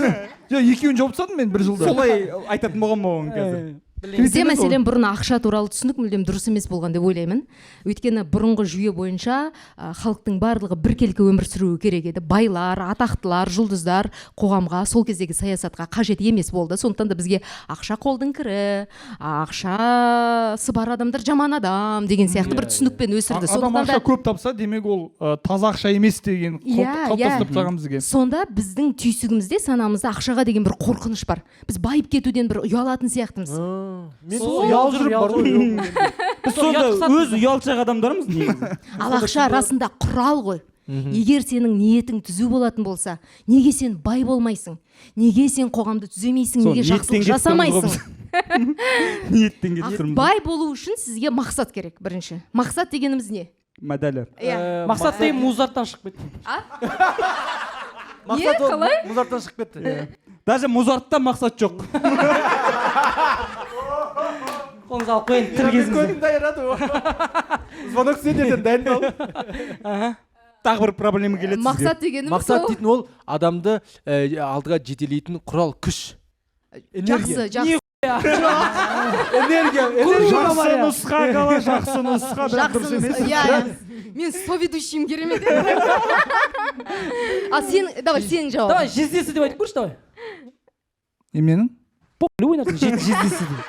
Даниярдың жездесі. О, келіп тұр міне әдемі. Сенің нұсқаң. Мақсат деген не ма? Мақсат дейтін популистический етім келіп тұр. Әдеттегідей. Жоқ, бағана берсей. Шап. Әдеттегідей ұра берсей. Әдеттегідей ғой. Отбасымды бақытты қылдыру. Әрбір жігіттің өз мақсаты болған игі әрине. Жоқ, сен қара отбасын бақытты қылдыру ол сенің мақсатың ғой. Философиялық. Онда бағдарламаның жүйесі бойынша әйелін шақырайық. Отбасын бақытты қылу дейді, әйелін шақырайық, одан да сұрайық. Маскамен келсін дейді. Жоқ, мақсат дейтін әртүрлі болады ғой. Ниет қой, ниет. Әзірге ол ниет. Енді ол мақсатқа ұласу керек, ә? Ниетін қауылсын, бауырым. Ниетін қауылсын, бауырым. Жеті шілбек таратып жіберем. Жоқ, егер де біз мақсат әртүрлі болады. Духовный, иә? Ішкі духовный мақсат бар. Енді ойландым ба? Жоқ, жауап беріп алды да, енді ойланып тұр.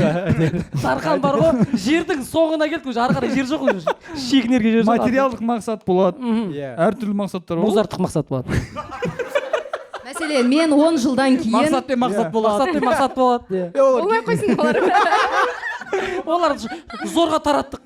Сауыр бақпалайық. Жоқ, мен мақсат дегенде басқа елестетіп кеттім мен. Сонымен мақсат дегеніміз ол фильтр.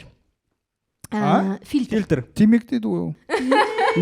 Фильтр сізді адастырмау үшін. Өйткені адамның миына енді түрлі ойлар келеді, түрлі ұсыныстар келеді, түрлі бағыттар бар. Бірақ егер сенің мақсатың айқын болатын болса, сен өзіңнің жолыңнан адаспай түзу жүресің де, өзіңнің мақсатыңа жетесің. Мақсат бар жерде тиянақты жоспар бар. Жоспар бар жерде ақша бар. Go, бай болыңдар. Бар кетіңдер болсындар. Мақсат Келесі сеанс шақырыңдар. Адам емдеп отырмыз достар қандай. Қам шалып шықса. Дина ханым. Мақсат мұзарттағы кеп тұрған емес миыма. Естіңіз аржаны тұр ғой. Мақсат ол фильтр. Мақсат фильтр. Фильтр бар жерде су бар. Таза су. Мақсатқа ол сізге апарат адастырмайды, бірақ адастыратын мақсат та бар ғой. И бір мақсатқа жету үшін жаман жолды қолданады. Онда фильтрді тазалау керек. Иә, фильтр бұзылған ғой. Мысалы, бір мақсатқа жету үшін может адамның ақысына кіруі мүмкін ол. Неше түрлі. Жоқ, дұрыс қой. Мысалы, ол мақсаты жету ғой. Ол қандай жолмен жету ол бөлек. Иә, жету ол жол, ол жоспар. Түсінің ғой? Ол жақсыға жаманға бөлінеді еще сосын, иә? Енді сен жаман ол деген нәрсе. И сосын мен мақсаты неге сен ойыңа сондай жаман нәрсе келіп жатыр, мен түсінбей жатырмын. Нәпсісі қатты басымда бұл бала.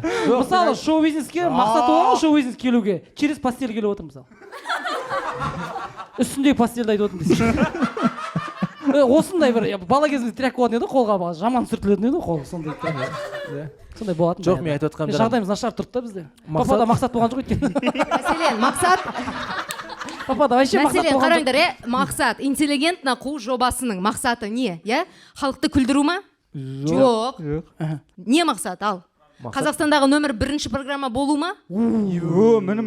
Осыған келеді. Ютубтың алтын кнопкасын алу ма? Бриллиант кнопкасын алу ма? О, міне керемет. Орталық Азиядағы ең ауқымды, ең ықпалды жоба болу ма? Ой, мыналарда мақсат жоқ. Апай, ренжіп кетіп қалсаңшы.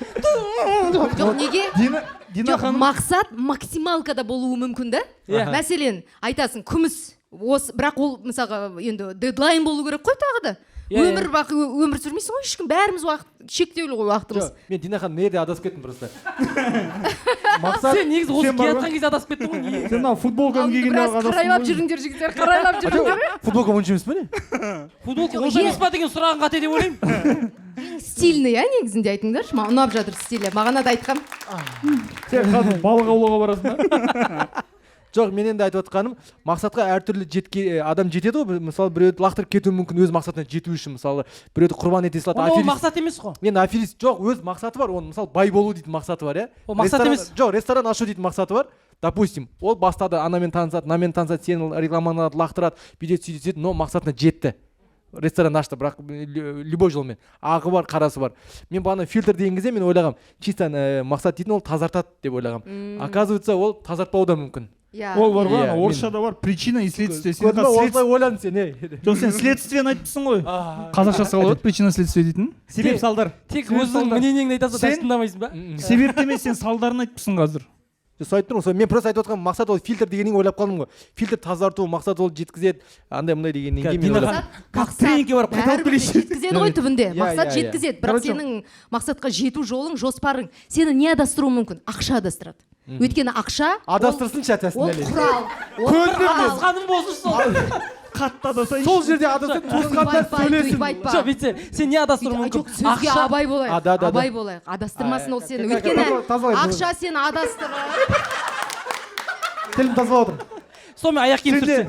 Галада просто привычка оқығанда тілін тазарту. Аяқ киім көп боқтайды ғой өйткені. Көп боқтайды, иә. Сөз сүйектен өтеді. Біздің халқымызда енді бата киелі деп оққанбыз. Өйткені сөздің қадірін білетін, дұрыс сөйлей алатын, дұрыс тілек айта білетін адамның өзі ол үлкен бір құдірет. Сондықтан да өздеріңізге үнемі жақсылықты тілеңдер. Жетем, неғылам деген сияқты қылып. Мысалы жақсылық. Сен бай болуға лайықтысың Гала. Мәселен, ақша шын мәнінде адастырады ғой. Лайықтысың. Қымбат кокос иіскеуге. Жақсы кокос. Мәселен, айтайық, ғалымның мақсаты керемет, бір күшті бір білім ордасын ашқысы келеді дейікші, мектеп ашқысы келеді. Үйленгісі келеді, үйленсін. Үйлену мақсат бола ма? Егер мақсат болмай ма? Ары қарай.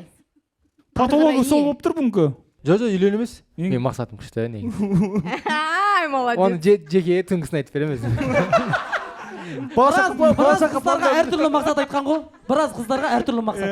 Біраз қыздар менің мақсатым тек қана үйлену емес деп сындырған ғой. Үйлену. Менікі әулет құру үлкен. Жоқ, қараңдар. Менікі Жанықұловтар династиясын құру. О, міне. Династияға мүше боласың ба? Тойымызға Динаны шақырамыз. Жұмабек Жанықұлов мен ағам еслешті. Ол кім ше? Бізде негізінде Сен де танымайсыңдар. Все. Неге қапшы ғой, екінші курстан шығып кеткендер.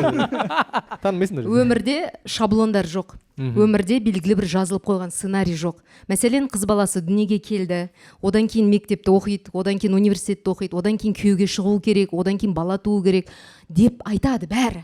Соны талап етеді. Мәселен, 20-ға толды ма, ой, сен жігітің бар ма деп сұрайды. 25-ке толды ма, күйеуге шығасың ба, қашан шығасың, сосын шықты, қашан туасың, сөйтеді. Оның бәрі әрине Екіншісі қашан? Қысым. Мұндай шаблондар жоқ негізінде, болмауы тиіс. Ол сенің өмірің бар, сенің арманың бар, сенің мақсатың бар. Соған қарай сен жүру керексің. Сол өмір. Сондықтан да мысалға үйлену деген ол сен не үшін оны айтып жатырсың қазір? Ол шаблонға лайықты болу үшін ба, стандарттарға лайықты болу үшін ба? Бұл қалау болса, онда бақытты бол әрине. Қалаулыңа барайын деп жүрміз. Берекем кетті, сыртқы да, ішкі де. Бірақ сен өзіңді тыңдай білу керексің. Мен нені қалаймын, иә? Өзіңді, өз жігітіңді. Өз жігітіңді. Жан деп. Сосын хабарласам. Жоқ, былай. Значит, қыз балаға қашан дейтін сұрақ көп қойылады десеңізші. Вот біз оказывается Нұрмахан мен Галаға екеуміз отырып алып үйленген оңбағандар ретінде бізді шаблонға тығасыңдар. Шаблонға тығып жатырмыз, иә? Қашан үйленесіңдер деп. Галаға қашан дейтін сұрақ енді не деп ойлаймын енді. Нормально ғой, қашан. Мына кісіге қашан деп. Мына кісі жасы 100-ге келді мысалға.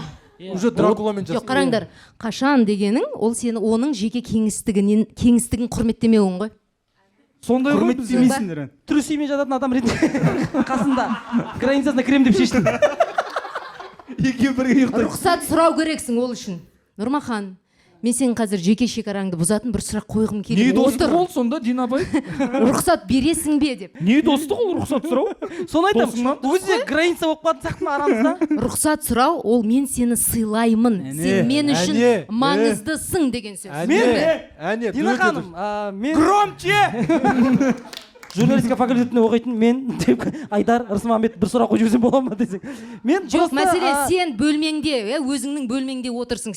Есікті біреу тоқылдатып кіру керек қой. Дұрыс па? Картошкасымен. Мен олай ойламаймын. Өзіңнің сен келін болсаң да, енең болсын, күйеуің болсын, балаң болсын, есікті алдымен тоқылдатып бола ма деп сұрау керек қой. Мен Нұрмаханның енесімеспін.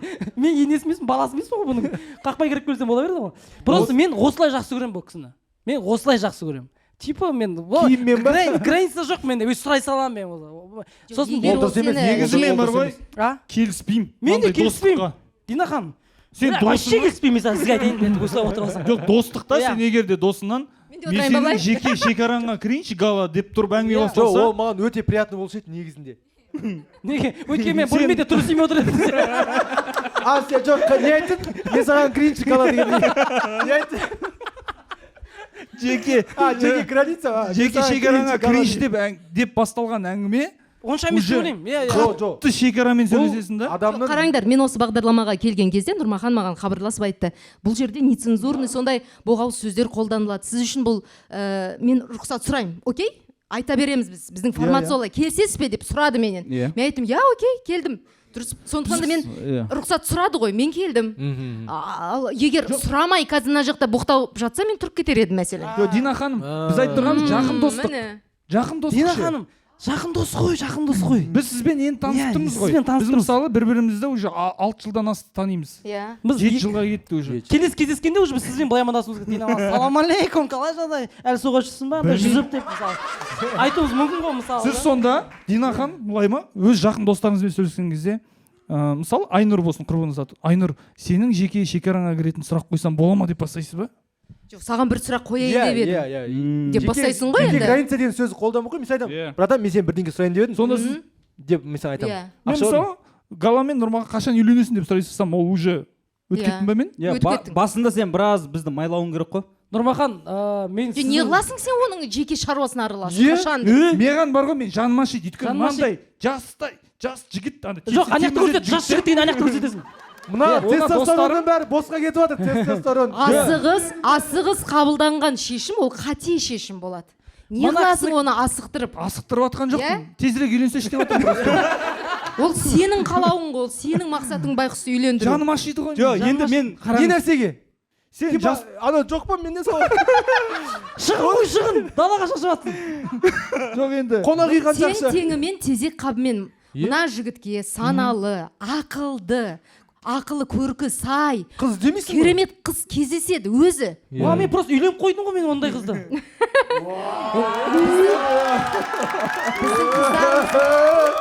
Ол қыз бос емес па? Бос емес.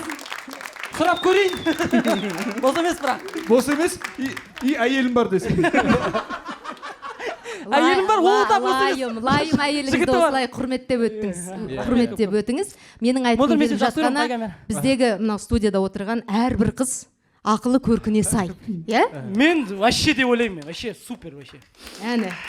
Жоқ, біз Динахан бірақ қара, ғалым, менсініп кету деген болмау керек. Мен бәрінен биікпін деп мұрныңды аспанға көтеріп, мына жақта не болып жатқанды адамдарды қадірлемеу, тәкаппарлану, міне ол өте қауіпті. Саған качканы қою керек. Қазақта оны не дейді, көз тиді дейді ма? Сондай болып қалуы мүмкін. Немесе жұлдыздық ауру дейді оны тағы да. Динахан, бұл таңертең мынандай майкымен шықты. Бұл кісі качке беріп жүр, айтып жіберейін сізге. Спорт залға барып та, спорт залға бармай да качке беріп жүр. Ол жағын айтпай қойық. Өйтіп, денесі бізге қарай, оң қасында біз мүгедек болып қалып жатырмыз енді. Қарымыз ана көрмені шығуға ұяламыз. Шығуға ұяламыз. Бұл айнаның алдында бізді кемсітеді. Бізді мұқтаж жан қылады, мұқтаж жан. Жеке шекараңа өтіп бара жатыр. Өтіп бара жатыр, намысына тиіп бара жатыр. Мен амал жоқ, сол арқылы душқа кетем ғой. Бұл айнаның алдында беріп отыр. Хотя бір сөз айтқан жоқ. Бір сөз айтқан жоқ. Кемсітті көзбен. Төстері прикол ұстады ғой, төстері. Бұл кісіге төсіне мына жеріне су құйсаң төгілмейді. Сөйтіп кетіп бара жатқан кезде бағана тұрады да, майкымен тұр ғой, майкымен, ақ майкымен. Бүгін Дина ханымға осылай барсам қалай болады деді. Мен не деймін, мен оған олай барма деп айтсам, бір көре алмай тұрған адам сияқты боламын да. Інім талабыңа нұр жаусын дедім. Батамды бердім. Сенде мақсат бар? Мақсатым Дина ханым таңғалдыру болса, тілі өт дедім. Осындай болды. Негізі бар бәле өзіңде болып тұр ғой. Мен де. Оны түсінем. Мынаның денесін әдеміленіп, ажарланып, бір мықты бұлшықеттерінің бәрін дамып бара жатқанын сен көре алмай бара жатсың. Міне. Неге? Өйткені сен өзіңнің еріншектігіңді, жалқаулығыңды мойындап тұрсың іштей. Іштей мойындап тұрсың. Сондықтан да сенің намысыңа тиіп жатыр. Бірақ тұрып, качаться етіп, жүгіріп, жүзіп, соған сенің бір батылың ба, уақытың ба? Просто бұл мен ана жерде жетпей жатыр әйтеуір. Денесін ешқандай әңгіме айтып тұрған жоқпын мен. Денесін қолдап тұрмын. Бірақ ол саған триггер болып жатыр. Неге? Бірақ бұның майкымен барам дегеніне қарсымын да, просто ше. О, майк емес ол. Залда 8 қызы отырып мысалы. Жоқ, сен майканы сен екінші кезекте айттың. Бірінші кезекте анау мені мазақтады денесімен дедің, көрдің бе? Просто майкымен шығатын болсам. Жазыңыз жерден бірге барайын дейін. Жоқ, денесі әдемі болса келсін майкемен, шешіп салшы. Шешіп ет, емшектер ет. Дина ханым тек проблема шешпейді, майкіде шешеді. Бүгін біз проблемадан бөлек Галаның футболкасын шештік. Гала, кубиктанды көрсетші кәне. Соңғы рет мен кішкентай қызым айтып едім, кубиктанды көрсетші. Бар болса көрейік, ал. Көрейік. Гала, оны біздің телеграм каналымыздың оқырмандары көрген. Оны біледі. Емшегің ұшына бар ғой, қызыл жіп бәлі қошқыл. Осылай келем дедім. Тіл көз өтіп кете ме деп ойлап отырмын. Жоқ, нормально. Красавчик, өте нормально. Көріп тұрған сосоктарын не істейміз мысалы эфирде? Сол целый день. Жоқ, бұл еңбек қой. Неге мен бұған қарсы емеспін? Мен өйткені барлық қазақтың жігіттерінің осындай бұлшықеттерінің дамыған, күші мен қайраты бар, жігерлі болуын қалаймын. Сондықтан егер әке сен үлгі көрсетіп жүрсең, онда жүр солай. Дина ханым, көрдің бе, мен сені осы передачада сен денең тәу екенін көрсеттің халыққа, көрдің ба? Біріншіден Паш еткіздің сені. Біріншіден денем ондай емес. Мен заниматься етемін. Екіншіден кемсіту мақсаты емес, үйге гантельді алдым, турник, брусья бәрін іліп қойдым. Бәрі қалған бөлмесінде бірақ. Алдында мен айтқам, қасымда еріп жүрді, 10 рет тартылатынға дейін деңгейге жеткен турникті. Бірден бастап көрсетті. Хотя 12 рет тартылатын. Бұлтын да? 12 рет.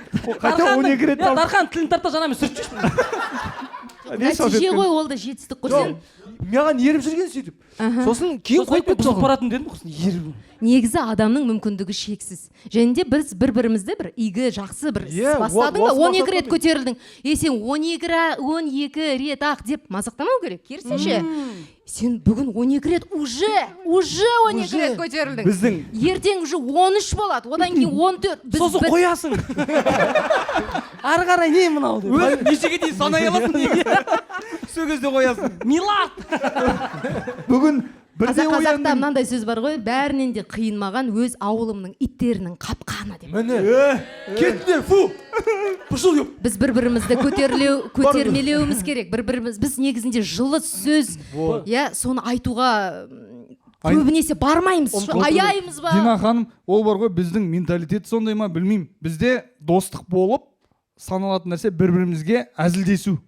Біздің мотивация ол мазақтау. Вот енді біздің ол тек қана бар ғой, осы төртеуміздің арамызда емес, мен танитын көп достар, таныстар бар. Қаншалықты жақынырақ дос болса, соншалықты қатты әзілдеседі. Жесткий прикол болады, жесткий. Сол себепті сіздің айтып отырғаныңыз дұрыс. Просто біздің менталитет, біздің қоғамда, білмеймін сіз қандай қоғамда өмір сүріп жатырсыз. Біздің қоғамда ол қалыптасып қалған. Сен қаншалықты жестко әзіл айтасың оған, соншалықты сен онымен жақынсың деген.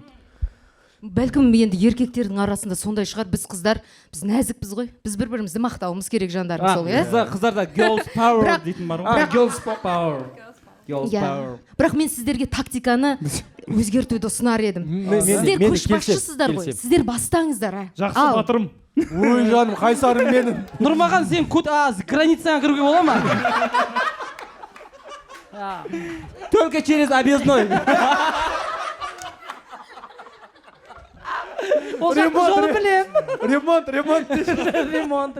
Мәселен, адамның мүмкіндігі шексіз ғой негізінде.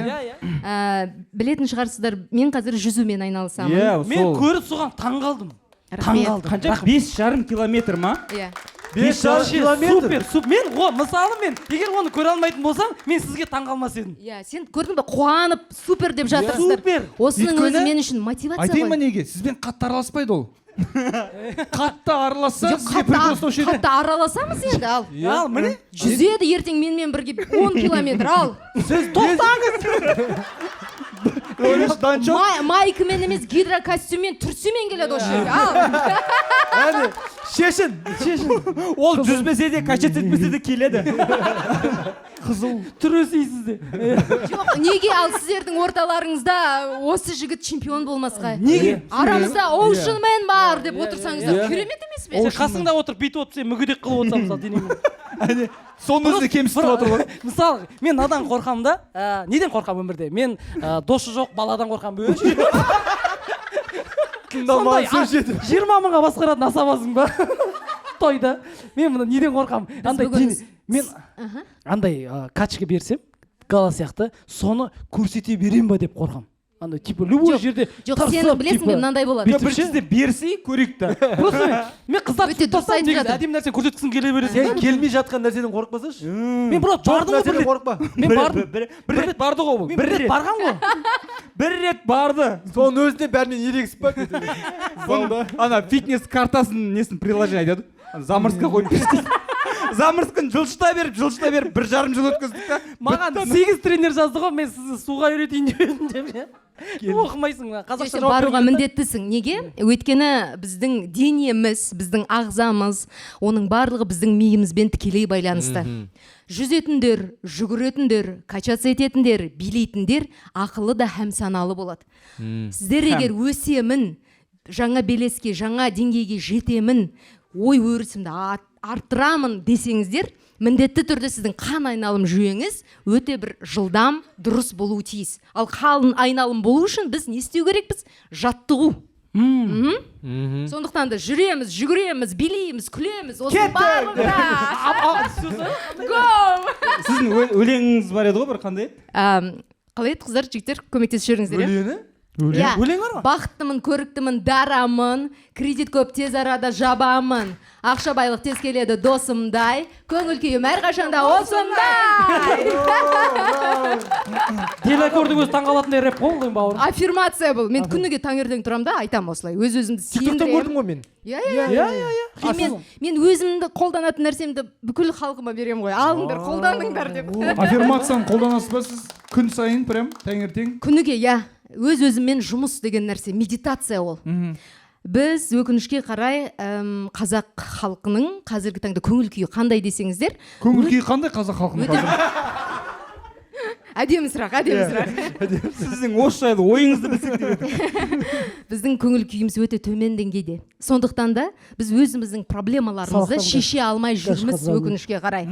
Ал проблеманы шешу үшін сен позитивті тонда болу керексің әрқашанда.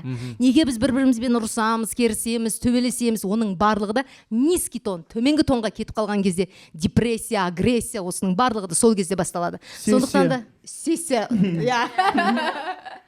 Сондықтан да біз өз-өзіміздің деңгейімізді көтеріп, көңіл күйімізді көтеріп, оның барлығы да енді мынау сенің басқаруың ғой. Іштегі термометрің, іштегі лифт. Мысалға, сіз өзіңіздің ағзаңызды немесе көңіл күйіңізді лифт деп елестетіңіз, иә? Біреумен ұрысып жатсыз, біреусіге жаман сөз айтып жатыр. Бір жер тұрып қалды. Болмай жатыр, ақшаңыз жоқ, тамағыңыз жоқ. Бітті, мұң паркингке кіріп кеттіңіз, иә? Паркингке түстім. Иә, болды. Егер сіз сол деңгейде қалып қойсаңыз, машина жоқ, бітті, жаяу жүресің. Иә, қалды суық, бітті, свет жоқ. Аяғынан зау өтті, бала жоқ. Сіз өзіңізді сол деңгейден көтеру керексіз. Визуализация жасаймыз. 3-ші қабатқа көтерілген кезде уже принципе нормально. Жарық бар, достар бар, араласатын адам бар. 5-ші қабатқа көтерілсек, уже біз проблемаға, егер проблема мына жақта тұр десек, төбесінен қараймыз.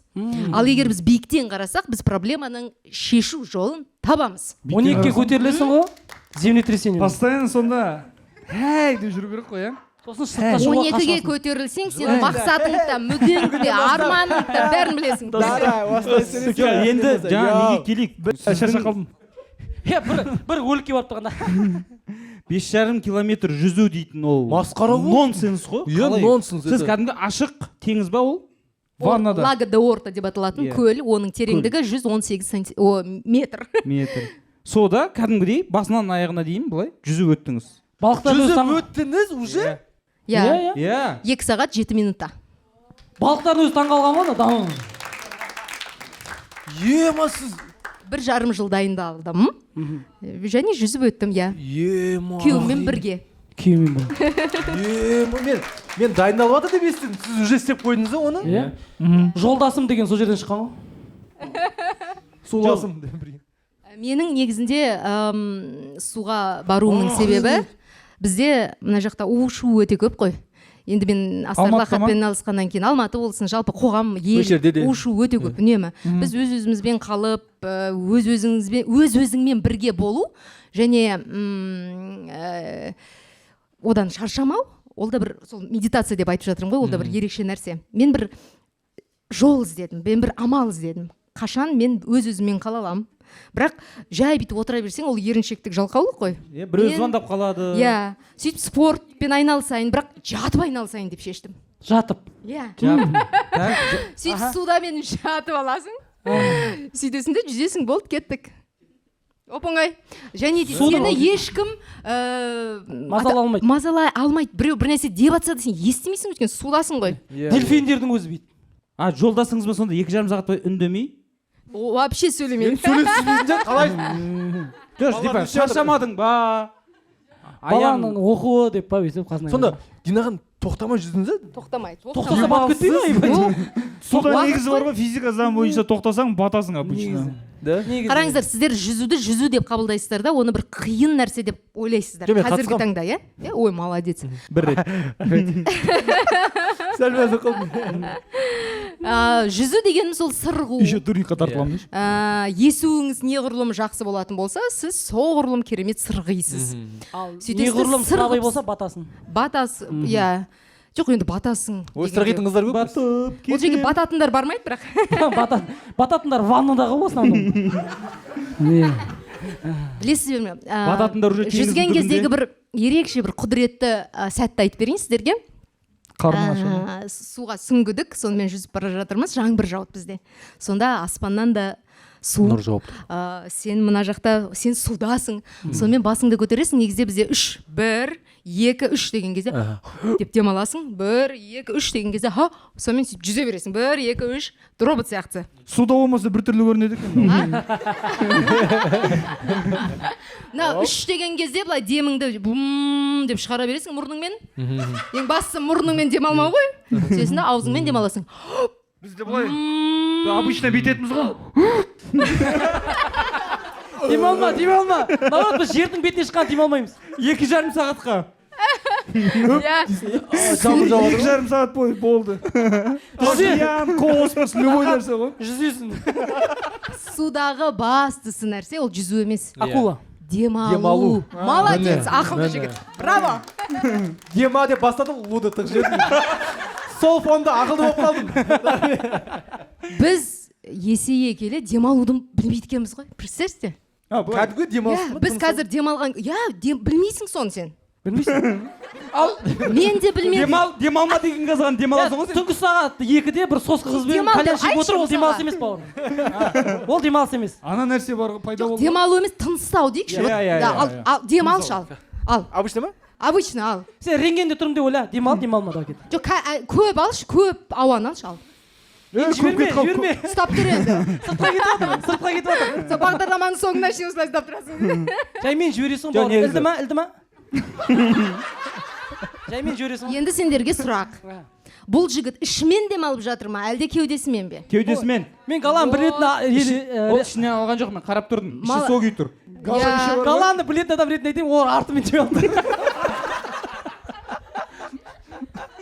Ал енді кішкентай балаларды көз алдарыңызға елестетіңіздерші, олар демалған кезде, әлі еңбектемейтін бала демалған кезде кеудемен ба, ішпен демалам, айтыңыздаршы. Ол ішпен демалады. Ішпен демалады. Міне ең дұрыс демалу, оттегіні бүкіл ағзаңа ендіріп шығару, ол ішпен демалу. Ең күшті демалу, Турцияда демалу. Рентгенде былай дейді ғой, демалма дейді ғой, енді демал дейді ғой, калям, бауырым. Біз айтып келе жатыр. Ішпен демалу. Ең дұрыс демалу. Соны қарын шығарып демаласың ба бүйтіп? Қарын шығарып. Депутаттар жақсы демалып жүр ғой? Мынау сен өтті.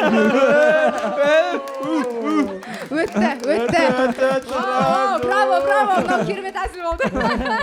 Рахмет, мен қайта берсем бола ма, апай? Екі сабақта дыш еді оған. Кеудемен демалса несі дұрыс емес? Мұрынмен ба, ше? Тупсың онда. Айналым өте шеңбердің ауданы өте тар болып жатыр, көрдіңіз бе? Сондықтан да сіз егер оттегіні неғұрлым төмен жібере алсақ, бұл әсіресе қыз баласына өте маңызды. Ертең жүкті боласыздар, бала туасыздар, сол кезде де қазір де практика ете беріңіздер. Бәрісі қайталап кеттім мәшінен. Көрдіңіз бе, қазір мысалға ішпен демалып жатқандардың басы айналып кетеді. Примерно басың айналып жатыр уже, Жалпы басы айналып жүр ғой. Өйткені біз тыныстауды ұмытып қалыппыз. Ал жүзуде ең бастысы бағана айтқандай ол дем, сен дұрыс тыныстауды ішпен демала беріп ішің шығып кетсе. Ішіңмен демаласың ғой, сол кезде желік судың бетіне шығасың ғой, томпақ болсын. ішпен жұмыс істеген сайын сен бұлшықетің қатаяды. Сосын бицепсі, трицепсі бәрі шығады. Жатырмен демалушы. Ол негізі қолда ғой, бицепс пен трицепс. Іштегі қалай білмеймін. 800 теңгеге алған курс. Телеграм емес, WhatsApp-тан алған курс. Есіме маткамен жатырмен демалу дейтін бар еді. Ол басқа ма? Ол басқа курс. Мен істеп көре алмаймын оны. Шлангімен тарту ма, жоқ оны. Хорошо, не үшін айттым, кесіп Ол да жаман емес. Ол да жаман емес. Ол да жаман емес па? Бәсе білем ғой. Соған барсайық ал. Ол жыныстық сауатты болу. Біз ақты ақ, қараны қара деп айтуымыз керек. Үлкен тақырып, жынысты сауатты болу. Данжо айырып жатыр мен. Мен телеграм каналыма жазылсайын, мен саған. Негізі мынау бағдарламада қанша проблема айтуға болады? Біз айттық па?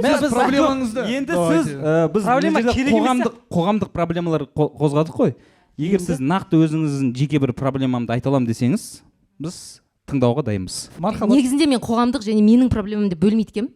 Өйткені қоғамның проблемасы ол менің проблемам. Не деген популизм деген. Дархан саған конкурент пайда болды. Динахан бүйтіп тұрды да суға. Бүйтті дейсіз да, қоғамға қарайсыз. Қоғамға қарайсыз. Жоқ, мысалы қарашы, негізі ол шынында саналы адам сөйтіп ойланады ғой. Біз оның саналылығын уже өзіміздің қабылдай алмай жатқаннан кейін ол басқаша айтып тұр деп ойлаймыз. Хотя ол уже оққан, тоққан білімді. Ал шығал өзін сөйтіп жатыр. Жоқ, сөйтіп ойлайды. Бізде комплекс, бізде комплекс. Аяқта сөйлемді. Ал аяқта. Жоқ, бізде комплекс қой. Сөйтіп ойлайды, біз деп жатырық та. Комплекс дегенде мен бір шутка бар ғой. Как будто комплекс первый, второй. Біз қалай юмористический проект екенбіз де сен ұмытасың ғой деймін. Болмаса Асхат Садырович шақырайық. Да? Иә. Мен онда сендерден өсіп кеттім жеге. Перерос бас. Жоқ, қараңыздар, мен бұрын проблеманы проблема деп көруші едім. Бірақ астарлахатпен айналысқаннан кейін 13 жыл қатарынан өздеріңіз білесіздер. Менің проблемаларымды проблема деп айтуға аузым бармай қалды. Мәселен, менің айталық тұрып жатқан үйім маған ұнамай, тар деп айтайын десем, проблема деп соны көрейін десем, маған программаға баспанасыз жүрген қаншама адам келеді. Ол үлкен проблема. Сол кезде сен ойлайсың, сенің проблемаң ол проблема ма? Ертесіне күйеуіңе өкпелейін дейсің, что-то не то, аз ақша тауып жатыр деп ренжейінші дейсің, ашуланғың келеді ғой. Жұмысқа келем, сөйтсем сотқар, маньяк еркектердің бар екенін білем да, ойбай, тәуба, шүкір, менің күйеуім алтын екен ғой деймін. Сөйтем да, өші мен проблемалардың бәрі проблема болмай қалды. Сен өзгенің проблемасын шешемін деп 1000% көңіліңді, жүрегіңді сол кезде соған бұрап кетесің ғой. Сенің проблемаң вообще жоқ қой. Шүкіршілік па? Бірден. Тек шүкіршілік, Бірақ онда бітірейік. Онда жақсы келгеніңізге рахмет. Жездем жаман дейін десең, жезделер келіп жатыр неше түрлі. Жоқ, енді мен мысалы үшін Дина ханымды 25 жылдан бері біледі екем. Бізде Шымкентте негізі... Сен нешедесің ол кезде? 25-тесің ба? Бұл кісі балалар бағдарламасынан бері жүргізіп келе жатыр. Кәдімгі бала кезінен бері бағдарлама жүргізіп келе жатыр. Жергілікті телеарнада Ақжелкен дейтін бағдарлама жүргізетін. Оңтүстікте? Иә, оңтүстікте. Мен оқушымын. Сосын мен студент болдым. Студенттерге арналған Жас толқын деген бағдарлама жүргізді. Бірыңға жүзумен келе жатыр екенсіз ғой бірыңғай да, әдемі. Сосын Астанаға КВН ойнауға барамын, жюриде отыр. Алматыға КВН ойнауға келемін, жюриде отыр. Сіздің самооценкаңыз түскен жоқ болса ол кезде? Ол да өсіп жатыр ғой, ол уже Шымкентте емес, Астанада біз бірге өсіп жатырмыз ғой. Ол сахнада сіз жюри қалай өсіп отыр ол? Енді әпшем ғой. Енді қазір бір сахнада отырмыз. Не деген жетістік? Бірақ сіз қонақсыз, бұл әшей ведущий. Мен Дина ханымны қақтан білем.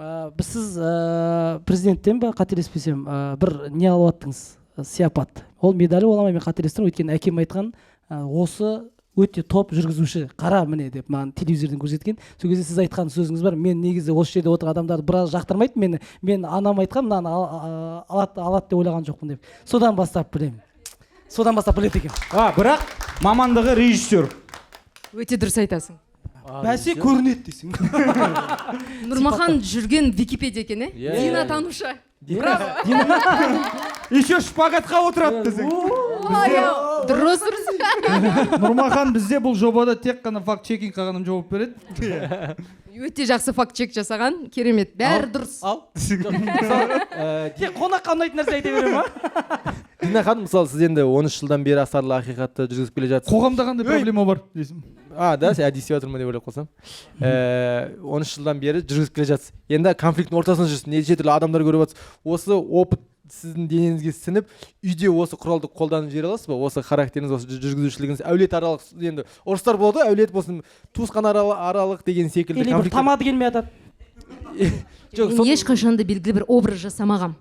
Оның барлығы да шынайы және табиғи. Оның барлығы да импровизация сіздер сияқты. Сіздер де мәселен үйлеріңізге барған кезде әйелдеріңізбен тағысындағы әзілдейсіздер ғой, өйткені ол сіздің ДНК-ңызда, қаныңызда бар, ол сізге ұнайды. Нұрмаханнан басқа. Ол факт-чекинг тек қана. Мен басқалардың әйелдермен әзілдеймін. Мен айтқым келгені жаңағы үйде мысалы конфликт болып жатыр балаңызбен или бірден жеңге шыққалар абысындар бірдеңе қылып сол кезде бүйтіп жүргізіп жіберіп там сен қалай ойлайсың деп профдеформация дейді ма ондайды не дейді? Иә, профессиональный деформация деп айтады. Бар ондай нәрсе, шын мәнінде. Мен кейбір кезде балаларыма бір дұрыс нәрсені түсіндіргім келсе балам айтады, ой сен что-то астарлахат болып кеттің ғой мама қайтшы оралшы деген сияқты. Сен астарлахатты жүргізіп тұрған жоқсың ғой деп қосылып кетеді. Иә, оның бәрі табиғи. Білмеймін, мен оны қоспаймын десе де ол уже қосылып кете береді өзімен өзі. Ал менің бағдарламаларым бағана Нұрмахан айтқандай, оның барлығы да өзіндік эволюция деп айтсам болады. Әрбір адам өзіне ұнайтын нәрсемен айналысу керек. Мәселен, бала кезімде маған балалардың тақырыбы қызық болды. Сондықтан мен балалар бағдарламасын жасадым да жүргіздім. Одан кейін өзім студент болдым. Студенттердің проблемасы шаш етектен. Сөйтіп сол студенттердің проблемасын шешуге атсалысайын дедім де, студенттерге арналған Жас толқын деген бағдарлама ашылды. Ол кезде өйткені өзім студентпін. Сөйтіп өсе берді, көрдіңіздер ме? Енді зейнеткер ақиқаты дейтін бір қарияларға арналған бір бағдарлама ашамыз деп па? Негізі қарттылыққа келетін болсақ, сіздер мұны қалай түсінесіздер? Оңға бұрыласыз. Эйджизм, иә. Бізде эйджизм ол дәстүр. Эйджизм дейтін біздің қоғамда прям қатты актуалка ғой. Иә, қатты. 40-тан асқаннан кейін уже ойлана бастайды екенсің. Негізінде қарттылық дегенді біз қуанышпен қабылдауымыз керек. Жасым келген сайын, Нұрмахан, біз бір-бірімізді түсінеміз. Біз қуанамыз. Қарт болғандарыңызға ма? Мен бақыттымын. Сіздер не үшін қуанасыздар білесіздер ма? Мынандай онша емес, қоғамнан ерте кетесіздер ғой. Өйткені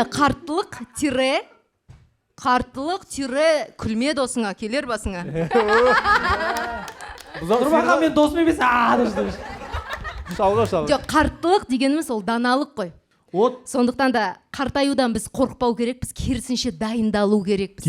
Дана болып, ішкі жан дүниемізді толтыру керекпіз. Біз мынандай пластикалық операция жасап, тағысын тағы әжімдерді кетіру мақсат емес. Мақсат ішкі жан дүниеңді байыту. Өйткені ертең сен немерелеріңмен, мынандай қыздармен араласасың. Егер сен даналы сөз айта білмесең, қарт болғаныңнан не пайда? Мысалы, Нұреке. Не? Жоқ, сіз жаңа сөзіңізбен сәл келіспеймін ба? Ретіңде ойлаймын. Осы жерде. Жақсы адам қартайса. Ары қарай қалай еді? Ары қарай қалай еді? Мынау қартайын деп тұр мысалы қарасаң.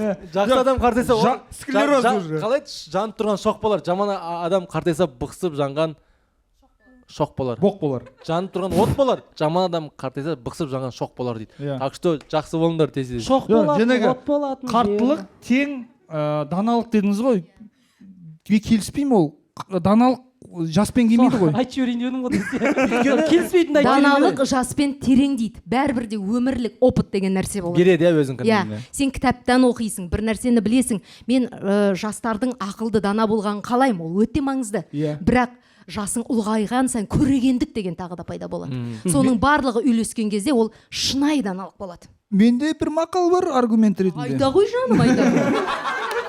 Көп сүргеннен сұрама, көп көргеннен сұра дейді. Егер де көп өмір сүрген адам ешқайдан шықпаса өз ауылынан, ол қаншалықты дана болуы мүмкін. Мысалы 30 жаста әлем көрген жас жігіт одан даналырақ бола алады ғой. Демек, ауыл деңгейінде дана болады ғой. Ауылдан шықпаған адамның ақылы менің қазір айтып жатқаным біздің қартаюымызда даналыққа ұмтылуымыз. Өкінішке қарай мен сенімен 1000% келсем, аузынан бір жақсы сөз шықпайтын, ақыл айта алмайтын бір өте бір жағымсыз ұят әрекеттерге барып жатқан қариялар да бар біздің қоғамда. Өкінішке қарай біз қаншама сондай тағдыр қасіретті зерттедік. Содан ада болу үшін, біздің қарияларымызға үнемі тағзым, құрмет білдіру үшін біз соған сай болу керекпіз ғой. Бұрын неге біз өзіміздің қарияларымызды мақтан тұтып ақ сақалды деп, атамыздың, апамыздың жанында жүруді бір аңсайтынбыз. Өйткені ол тұнған даналық, жүрген Википедия. Сондай болайық. Жүргін келмейді, кетші шал дейсің, апа бір жан. Өйткені көрдің ба, сен неге құрметтемей тұрсың? Өйткені ол сенің сөзіңді тереңдете алмай тұр, саған бір жаңа деңгей бере алмай тұр, өкінішке қарай. Кетші бар шал дейсің ба? Қазір деймін да, сіз ол деңгейге түсіп кеттің, вишка, саған түспеу керек. Былай олай деуге болмайды. Сіз жаңа айттыңыз ғой, менде жеке проблема жоқ. Менің проблемам қоғамдық проблемасы деп бөлінбейді, екеуі ортақ дедіңіз ғой. Қоғамның проблемасы ол менің проблемам. Қоғамда қандай проблема бар қазір? Қарыз бірінші проблема. Сізде ақша, сауат. Ол да менің проблемам. Қарыз ба? Қарыз жоқ менде, құдайға шүкір. Мен қарыз алмаймын және қарыз бермеймін. Отан алда қарызым бар. Қарыз алмайсыз, қарыз бермейсіз. Не деп жауап бересіз? Сұрап тұр мысалы үшін. Кім? Банкке бар деймін. банк бермейді. Адамдарды кредитке итермелеп жатсыз. Жоқ, кредитке емес. Егер сенде нақты бизнес план бар болатын болса, бычытып семьясын ұрысып, астарлы ақиқатқа келеді. Шамаң жетпей ма? Алма. Иә, ал егер өзіңе нық сенімді болсаң, алда істе. Бизнес үшін, жаңа iPhone үшін емес. Өкінішке қарай қазір кредит не үшін алады десеңіздер, 90% қазақ жаңа iPhone үшін алады. Неменеге сенің бұрынғы iPhone-ың жаман болды? Не, айтшы маған. Я, не үшін? Панты үшін алады. Ауыстырғым келіп Сізде нешінші iPhone? Менде жоқ, менде 16 Max Pro. Рассрочка алғам. Шамам жетеді өйткені. Тамаша. Я шамам жетеді өйткені. Қоғамның проблемасы қарыз. Күйеуімнің шамасы жетіп жатыр, Құдайға шүкір. Менің де шамам жетеді. Күйеуім қарыз алады. Жоқ, қарыз алмайды. Күйеуіңізде қандай еді? iPhone 8 десе. Менің айтқым келіп жатқаны, қыздардың да бәріне шамасы жетеді. Әрбір қыз баласы, мұнда отырмаған, біздің қазір экранның арғы жағында тұрған, барлығы да бай болуға, өз-өзін қамтамасыз етуге мүмкіндігі бар. Бастысы өз-өздеріңе сену керексіздер. Біз бұрынғыдай еркектерге жалына беруіміз кермек. Дұрыс емес ол. Менің ойымша, егер сен ертең үйленесің ғой, ақша тауып бер деп мысалға сенен талап ету әбестік деп ойлар едім қыз баласы үшін де. Өйткені ақша Түсіндің ма, Мөлдір? ол Бас дейтін адам уже тауып беру керек. Сондықтан ақылды қызға үйлен. Өйткені ақша жыныс талғамайды. Ақша оны басқара білетіндерді ғана құрметтейді. Сондықтан да біз ақша сұрайтын емес, ақша таба алатын қыз болу керекпіз. Ал андай қыздар бар ғой, жаңағыдай, сен бүйту керексің, сен бүйту керексің, табу керексің, сен мені бағу керексің, анамына. Ол дұрыс қой негізі? Үйленбе ондайларға. Да? Болды ғой, фильтрің кетті ғой. Сен мақсатың айқын ғой. Ақылды қыз, иә? Неге ақылды? Өйткені ақылды қыз ақылды ұрпақ тәрбиелейді. Ақылды қыз сені өсіреді. Енді мынандай мәселе бар. Енді қарам, Дина ханым. Біздің вообще мүмкіндігіміз шексіз, қыздар. Ақылды қыз, это же не значит, что ақша тапқан қыздар бар ақылды. Есть ақша тауып жатыр, ақылсыз қыздар бар. Мен айтып бере аламын. Қалай? Түнде кәля шеккен адам ретінде айтайын. Біреумен. Гала сегодня я сама закрою дейді. Счет. Ақша тауып жатыр, бірақ ақыл деп айта алмаймын. Жоқ, мен айтқым келгені. Алло, Жан, гостиница аудара қойсын ба? Жоқ, мен айтқым келгені. Мен андай түсінбедім, сен меркантильность туралы айтып жатсың ба, не туралы? Мен просто сіз айтып жатсыз ғой, ақылды қыз, жаңағы ақша таба алатыңыз деп жатсыз ғой. Мен айтып жатқаным, ақша таппай-ақ, ақылды болатын қыздар көп, үйде отырып-ақ или там жұмыс. Сен қазір қалауыңды айтып жатырсың, үйде отырып-ақ деп. Жоқ, или білмеймін. Саған ыңғайлы қыз керек па, саған әйел керек па? Ақша таппау, ол қазіргі уақытта үйде отырумен тең ғой, мысалы енді ақша таппау. Үйде қалай ақша таппау дейсің, адасып кеттім ба? Осы жерде қараша. Былай айтайық. Дина ханым, сіз конфликтный адам емессіз. Әйелді құнсыздандыруға болмайды. Жоқ, мен құнсыздандырып отырған жоқ. Мен айтқым келіп жатқаны, әйел мәселе сен жұмыстан қалай таппай-ақ? Ақша таппай-ақ, ақылды бола алады ғой. Арттырып жатыр. Дина ханым, сіз конфликтсіз адамсыз. Дина ханым, сіз конфликтсіз адамсыз. Конфликт керек емес. Күлеміз. Керек емес. Сіз бақытты адамсыз, сіз бәрін жақсы көресіз. Жүземіз. Сіз жүзесіз, кетті да. Ішпен дем аламыз. Ішпен дем аламыз. Жоқ, Дина ханым. Мен сендерге айттым ғой, қоғамның проблемасы. Проблема. Дина ханым. Мен рет флаг болып барады. Жоқ, жоқ, ондай кезде қала просто футболканы шешесің. Ұмытыңдар. Әйелді, жоқ, ертең сен үйленесің, тыңда жаным дейін. Жоқ, мен сұрағымды толық қойып алсам бола ма? Просто айтқым келіп отқаны, ақша жұмыс істемей-ақ та ақылды әйелдер бар дегенім ғой, в целом. Сенің ақшаңды дұрыс басқарып отырған дейді. Это другое. Другое емес, ол бір. Иә, үйге келіп отқан ақшаны. Другое емес, ол басқа. Понял? Жоқ, үйге келіп отқан ақшаны басқару бір. Берекесін келтіріп жатқан. Берекесін келтіретін причем. Былай айтайын енді, жаңағыдай ақша тауып жатқан қыздар бар, который ақылсыз қоғамда. Мысалы, аттарын атап өткен. Экспортица дей салайыншы қараша, или болмаса тағы бірдеңке алаяқтықпен айналысады. Или тағы бірдеңке дейтін жаман. Вообще қыздарға ренжулі сияқтысың ғой. Жоқ, сіз айтып отырсыз. Гала, мен ойымша сен қыздарға ренжулісің. Мен де ойлаймын, Дархан, мынау қыздарға ренжулі. Мен просто андай сөзінен етіп отырмын. Ақша табатыңыз ақылды дейтінге ғана, именно сол сөзге ғана зациклен болып тұрмын. Ежі, мен мама мысалы ақша таппайды. ол ақылды әйел, сен бар. Вот мен осыны айтқым келіп тұр. Мен үйде Жоқ, мамам ақша таппайды емес, ол сенің әкеңнің ақшасын арттырып Иә, отыр. арттырып Міне отыр. солай сөйлейікші, дұрыс сөйлейік. Вот соны айт, сіз толық Үйде жауап отырған берсеңіз, қыз осылай болатын келіншектердің еді. жұмысы Иә. оны ақшалай егер эквивалентпен Сіз санайтын енді осы болсаңыз, нәрсені толықтырып айту керек едіңіз ғой. Мен енді толықтырып Бірақ айтайын сізді десем, сен маған қалып сөз бермей жатсың ғой. Болды, хорошо. Мысалға, сен жұмыстан келдің, иә, сенің Иә, иә, әйелің сендікі үйде не дұрыс, иә, істейді, иә. иә? Сенің балаңды Отылдық болды. Болды. Сіздер күшсіздер. бала бағу оңай ма? Сен нянька жалдайсың, иә, қанша мысалға теңге. Үй жинайсың. Я, оңай ма? Вообще оңай емес. Иә. Клининг ақыр шақыр дейілік, иә? Тамағың бар. Соның бәрін санаш. Қанша ақша, иә? Иә. Ол сондай ақшаңды сенің үнемдеп отыр ғой ол әйел. Иә, ол айтқан жоқ. Сондықтан да ақша таппай отыр деген тіркес, ол түбегейлі қате, ондай тіркес болмау керек. Бол, иә.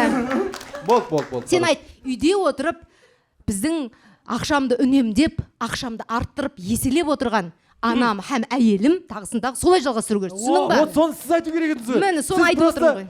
Бір сөзбен бітіре салғаннан кейін мен ойланып қалдым. Басқа әңгіме кетіп бара жатқаннан кейін, жоқ, тоқтаңыз, значит, ақшасыз да әйелдер бар ғой деген есіме түсіп кетті ғой. Қаланың сөзі қордың аз адам ретінде сіз құтқарып жіберуіңіз керек еді да жаңағы жерде ше. Бұл кісі үлкен теңізге шықты да, бірақ қайықтым жоқ, ортада қалып кетті, бір күрегімен қалып кетті. Пока бұл бассейнде ғана жүзе алады. Бассейнде. Ваннаның өзіне бір екі рет батқан. Қасында біреу бар. Мен не айтқым келген түсінікті болды. Ваннадан жатып аяғын тайып кетеді ғой. Денесінде бұлшықеттер көп болған соншалық оны көтере алмай Сен ситуациядан шықтық деп есептей салайық, болмаса қиыптей саламыз ғой. Бірақ мен ойлаймын, бұл шығарылым ешқандай да қиюсыз шығу керек деп ойлаймын. Әлбетте. Сенің бойыңдағы ред флагтарыңды розовый қылдыруға тырыстық қала. Бастысы сіздер өздеріңіздің позицияларыңызды айқындадыңыздар деп ойлаймын, иә? Өйткені сіздер қыздарды құрметтейсіздер. Міндетті түрде. Міне бастысы Құрметті қазақ елі. Қыздардың жеке шекарасын сақтайсыздар. Міндетті түрде. Бұл міне осындай жігіттерді мен жақсы көремін. Және қарттардың. Даналардың. Шал бөлек, қарт бөлек, абыз бөлек. Арбуз бөлек. Мырза келін бөлек. Мырза бренд бөлек. Реклама болып кетті, ақша аударыңдар маған шапан. Тез 4 шапан әкеліп. 4 шапан, сосын бір кимешек келе қоясыздар ма, жау жүрек. Отандық өнімдерді қолдауымыз керек. Отандық өнімді қолдайық. Бір-біріміздің. Да Макси чай, ақша аудар бізге. Тамаша, рахмет. Блин, күшті. Химия пойын сабағында отырған сияқты. Күшті болды, бізде уақытта болып қалды. Бәді бір шалайтты Мен расында сіздердің жобаларыңызға зор алғысымды білдіремін. Өйткені сіздер проблеманы проблема деп қарамай, оны әзілмен қарастырып жатырсыздар. Бағанада айтқанымдай, кез келген проблеманы, егер сіз сынақ деп, сынақты қуанышпен қабылдай білсеңіздер, оның нәтижесі ол мүмкіндік болады. Түсіндіңіздер ғой? Кез келген сынақ сізге берілген мүмкіндік. Міне, көрдіңіз ба? Сынақтың бәрінен қаша беруге болмайды деген сөз ғой. Или терминатордағы сынап. Олай отыр. Бүгінгі кешіміз достым.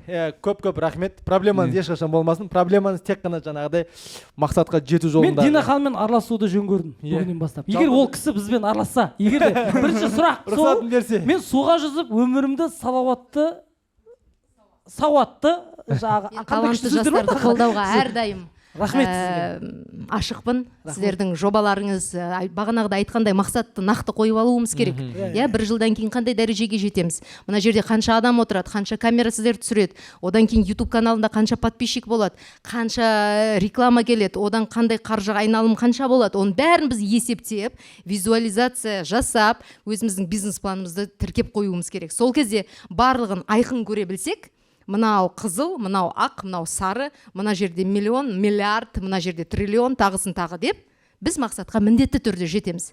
Біз кең ойлаудан қорықпауымыз керек. Бізде осы тақырып бойынша ертең жиналыс болады, сіз келіңізші осы.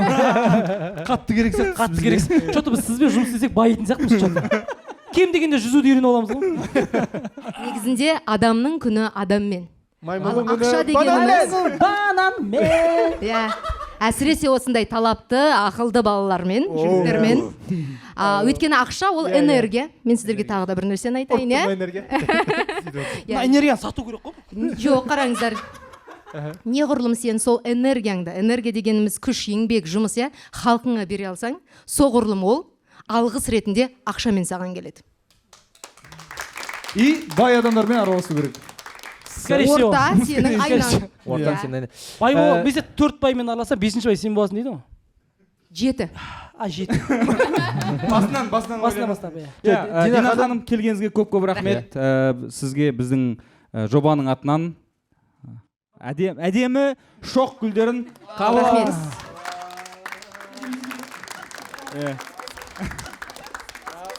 Атымыздан Дина Төлепберген, интеллигент оқу жобасының бүгінгі қонағы. Құрметті көрермендер, каналға тіркелеміз, лайк басамыз, комментарий қалдырамыз. Бұл YouTube үшін. Келесі кездескенше. Жоқ, менде андай күшті нәрсе болған негізі. Астарлы ақиқатта болған проблемалар сіздің өмірінде ешқашан болмасын деп. Астарлы ақиқатта болған ешкімнің өмірінде болмасын дейді. Әмин. Әмин. Келгендеріңізге көп рахмет. Бұл интеллигент нақыл жобасы. Сау болыңыздар.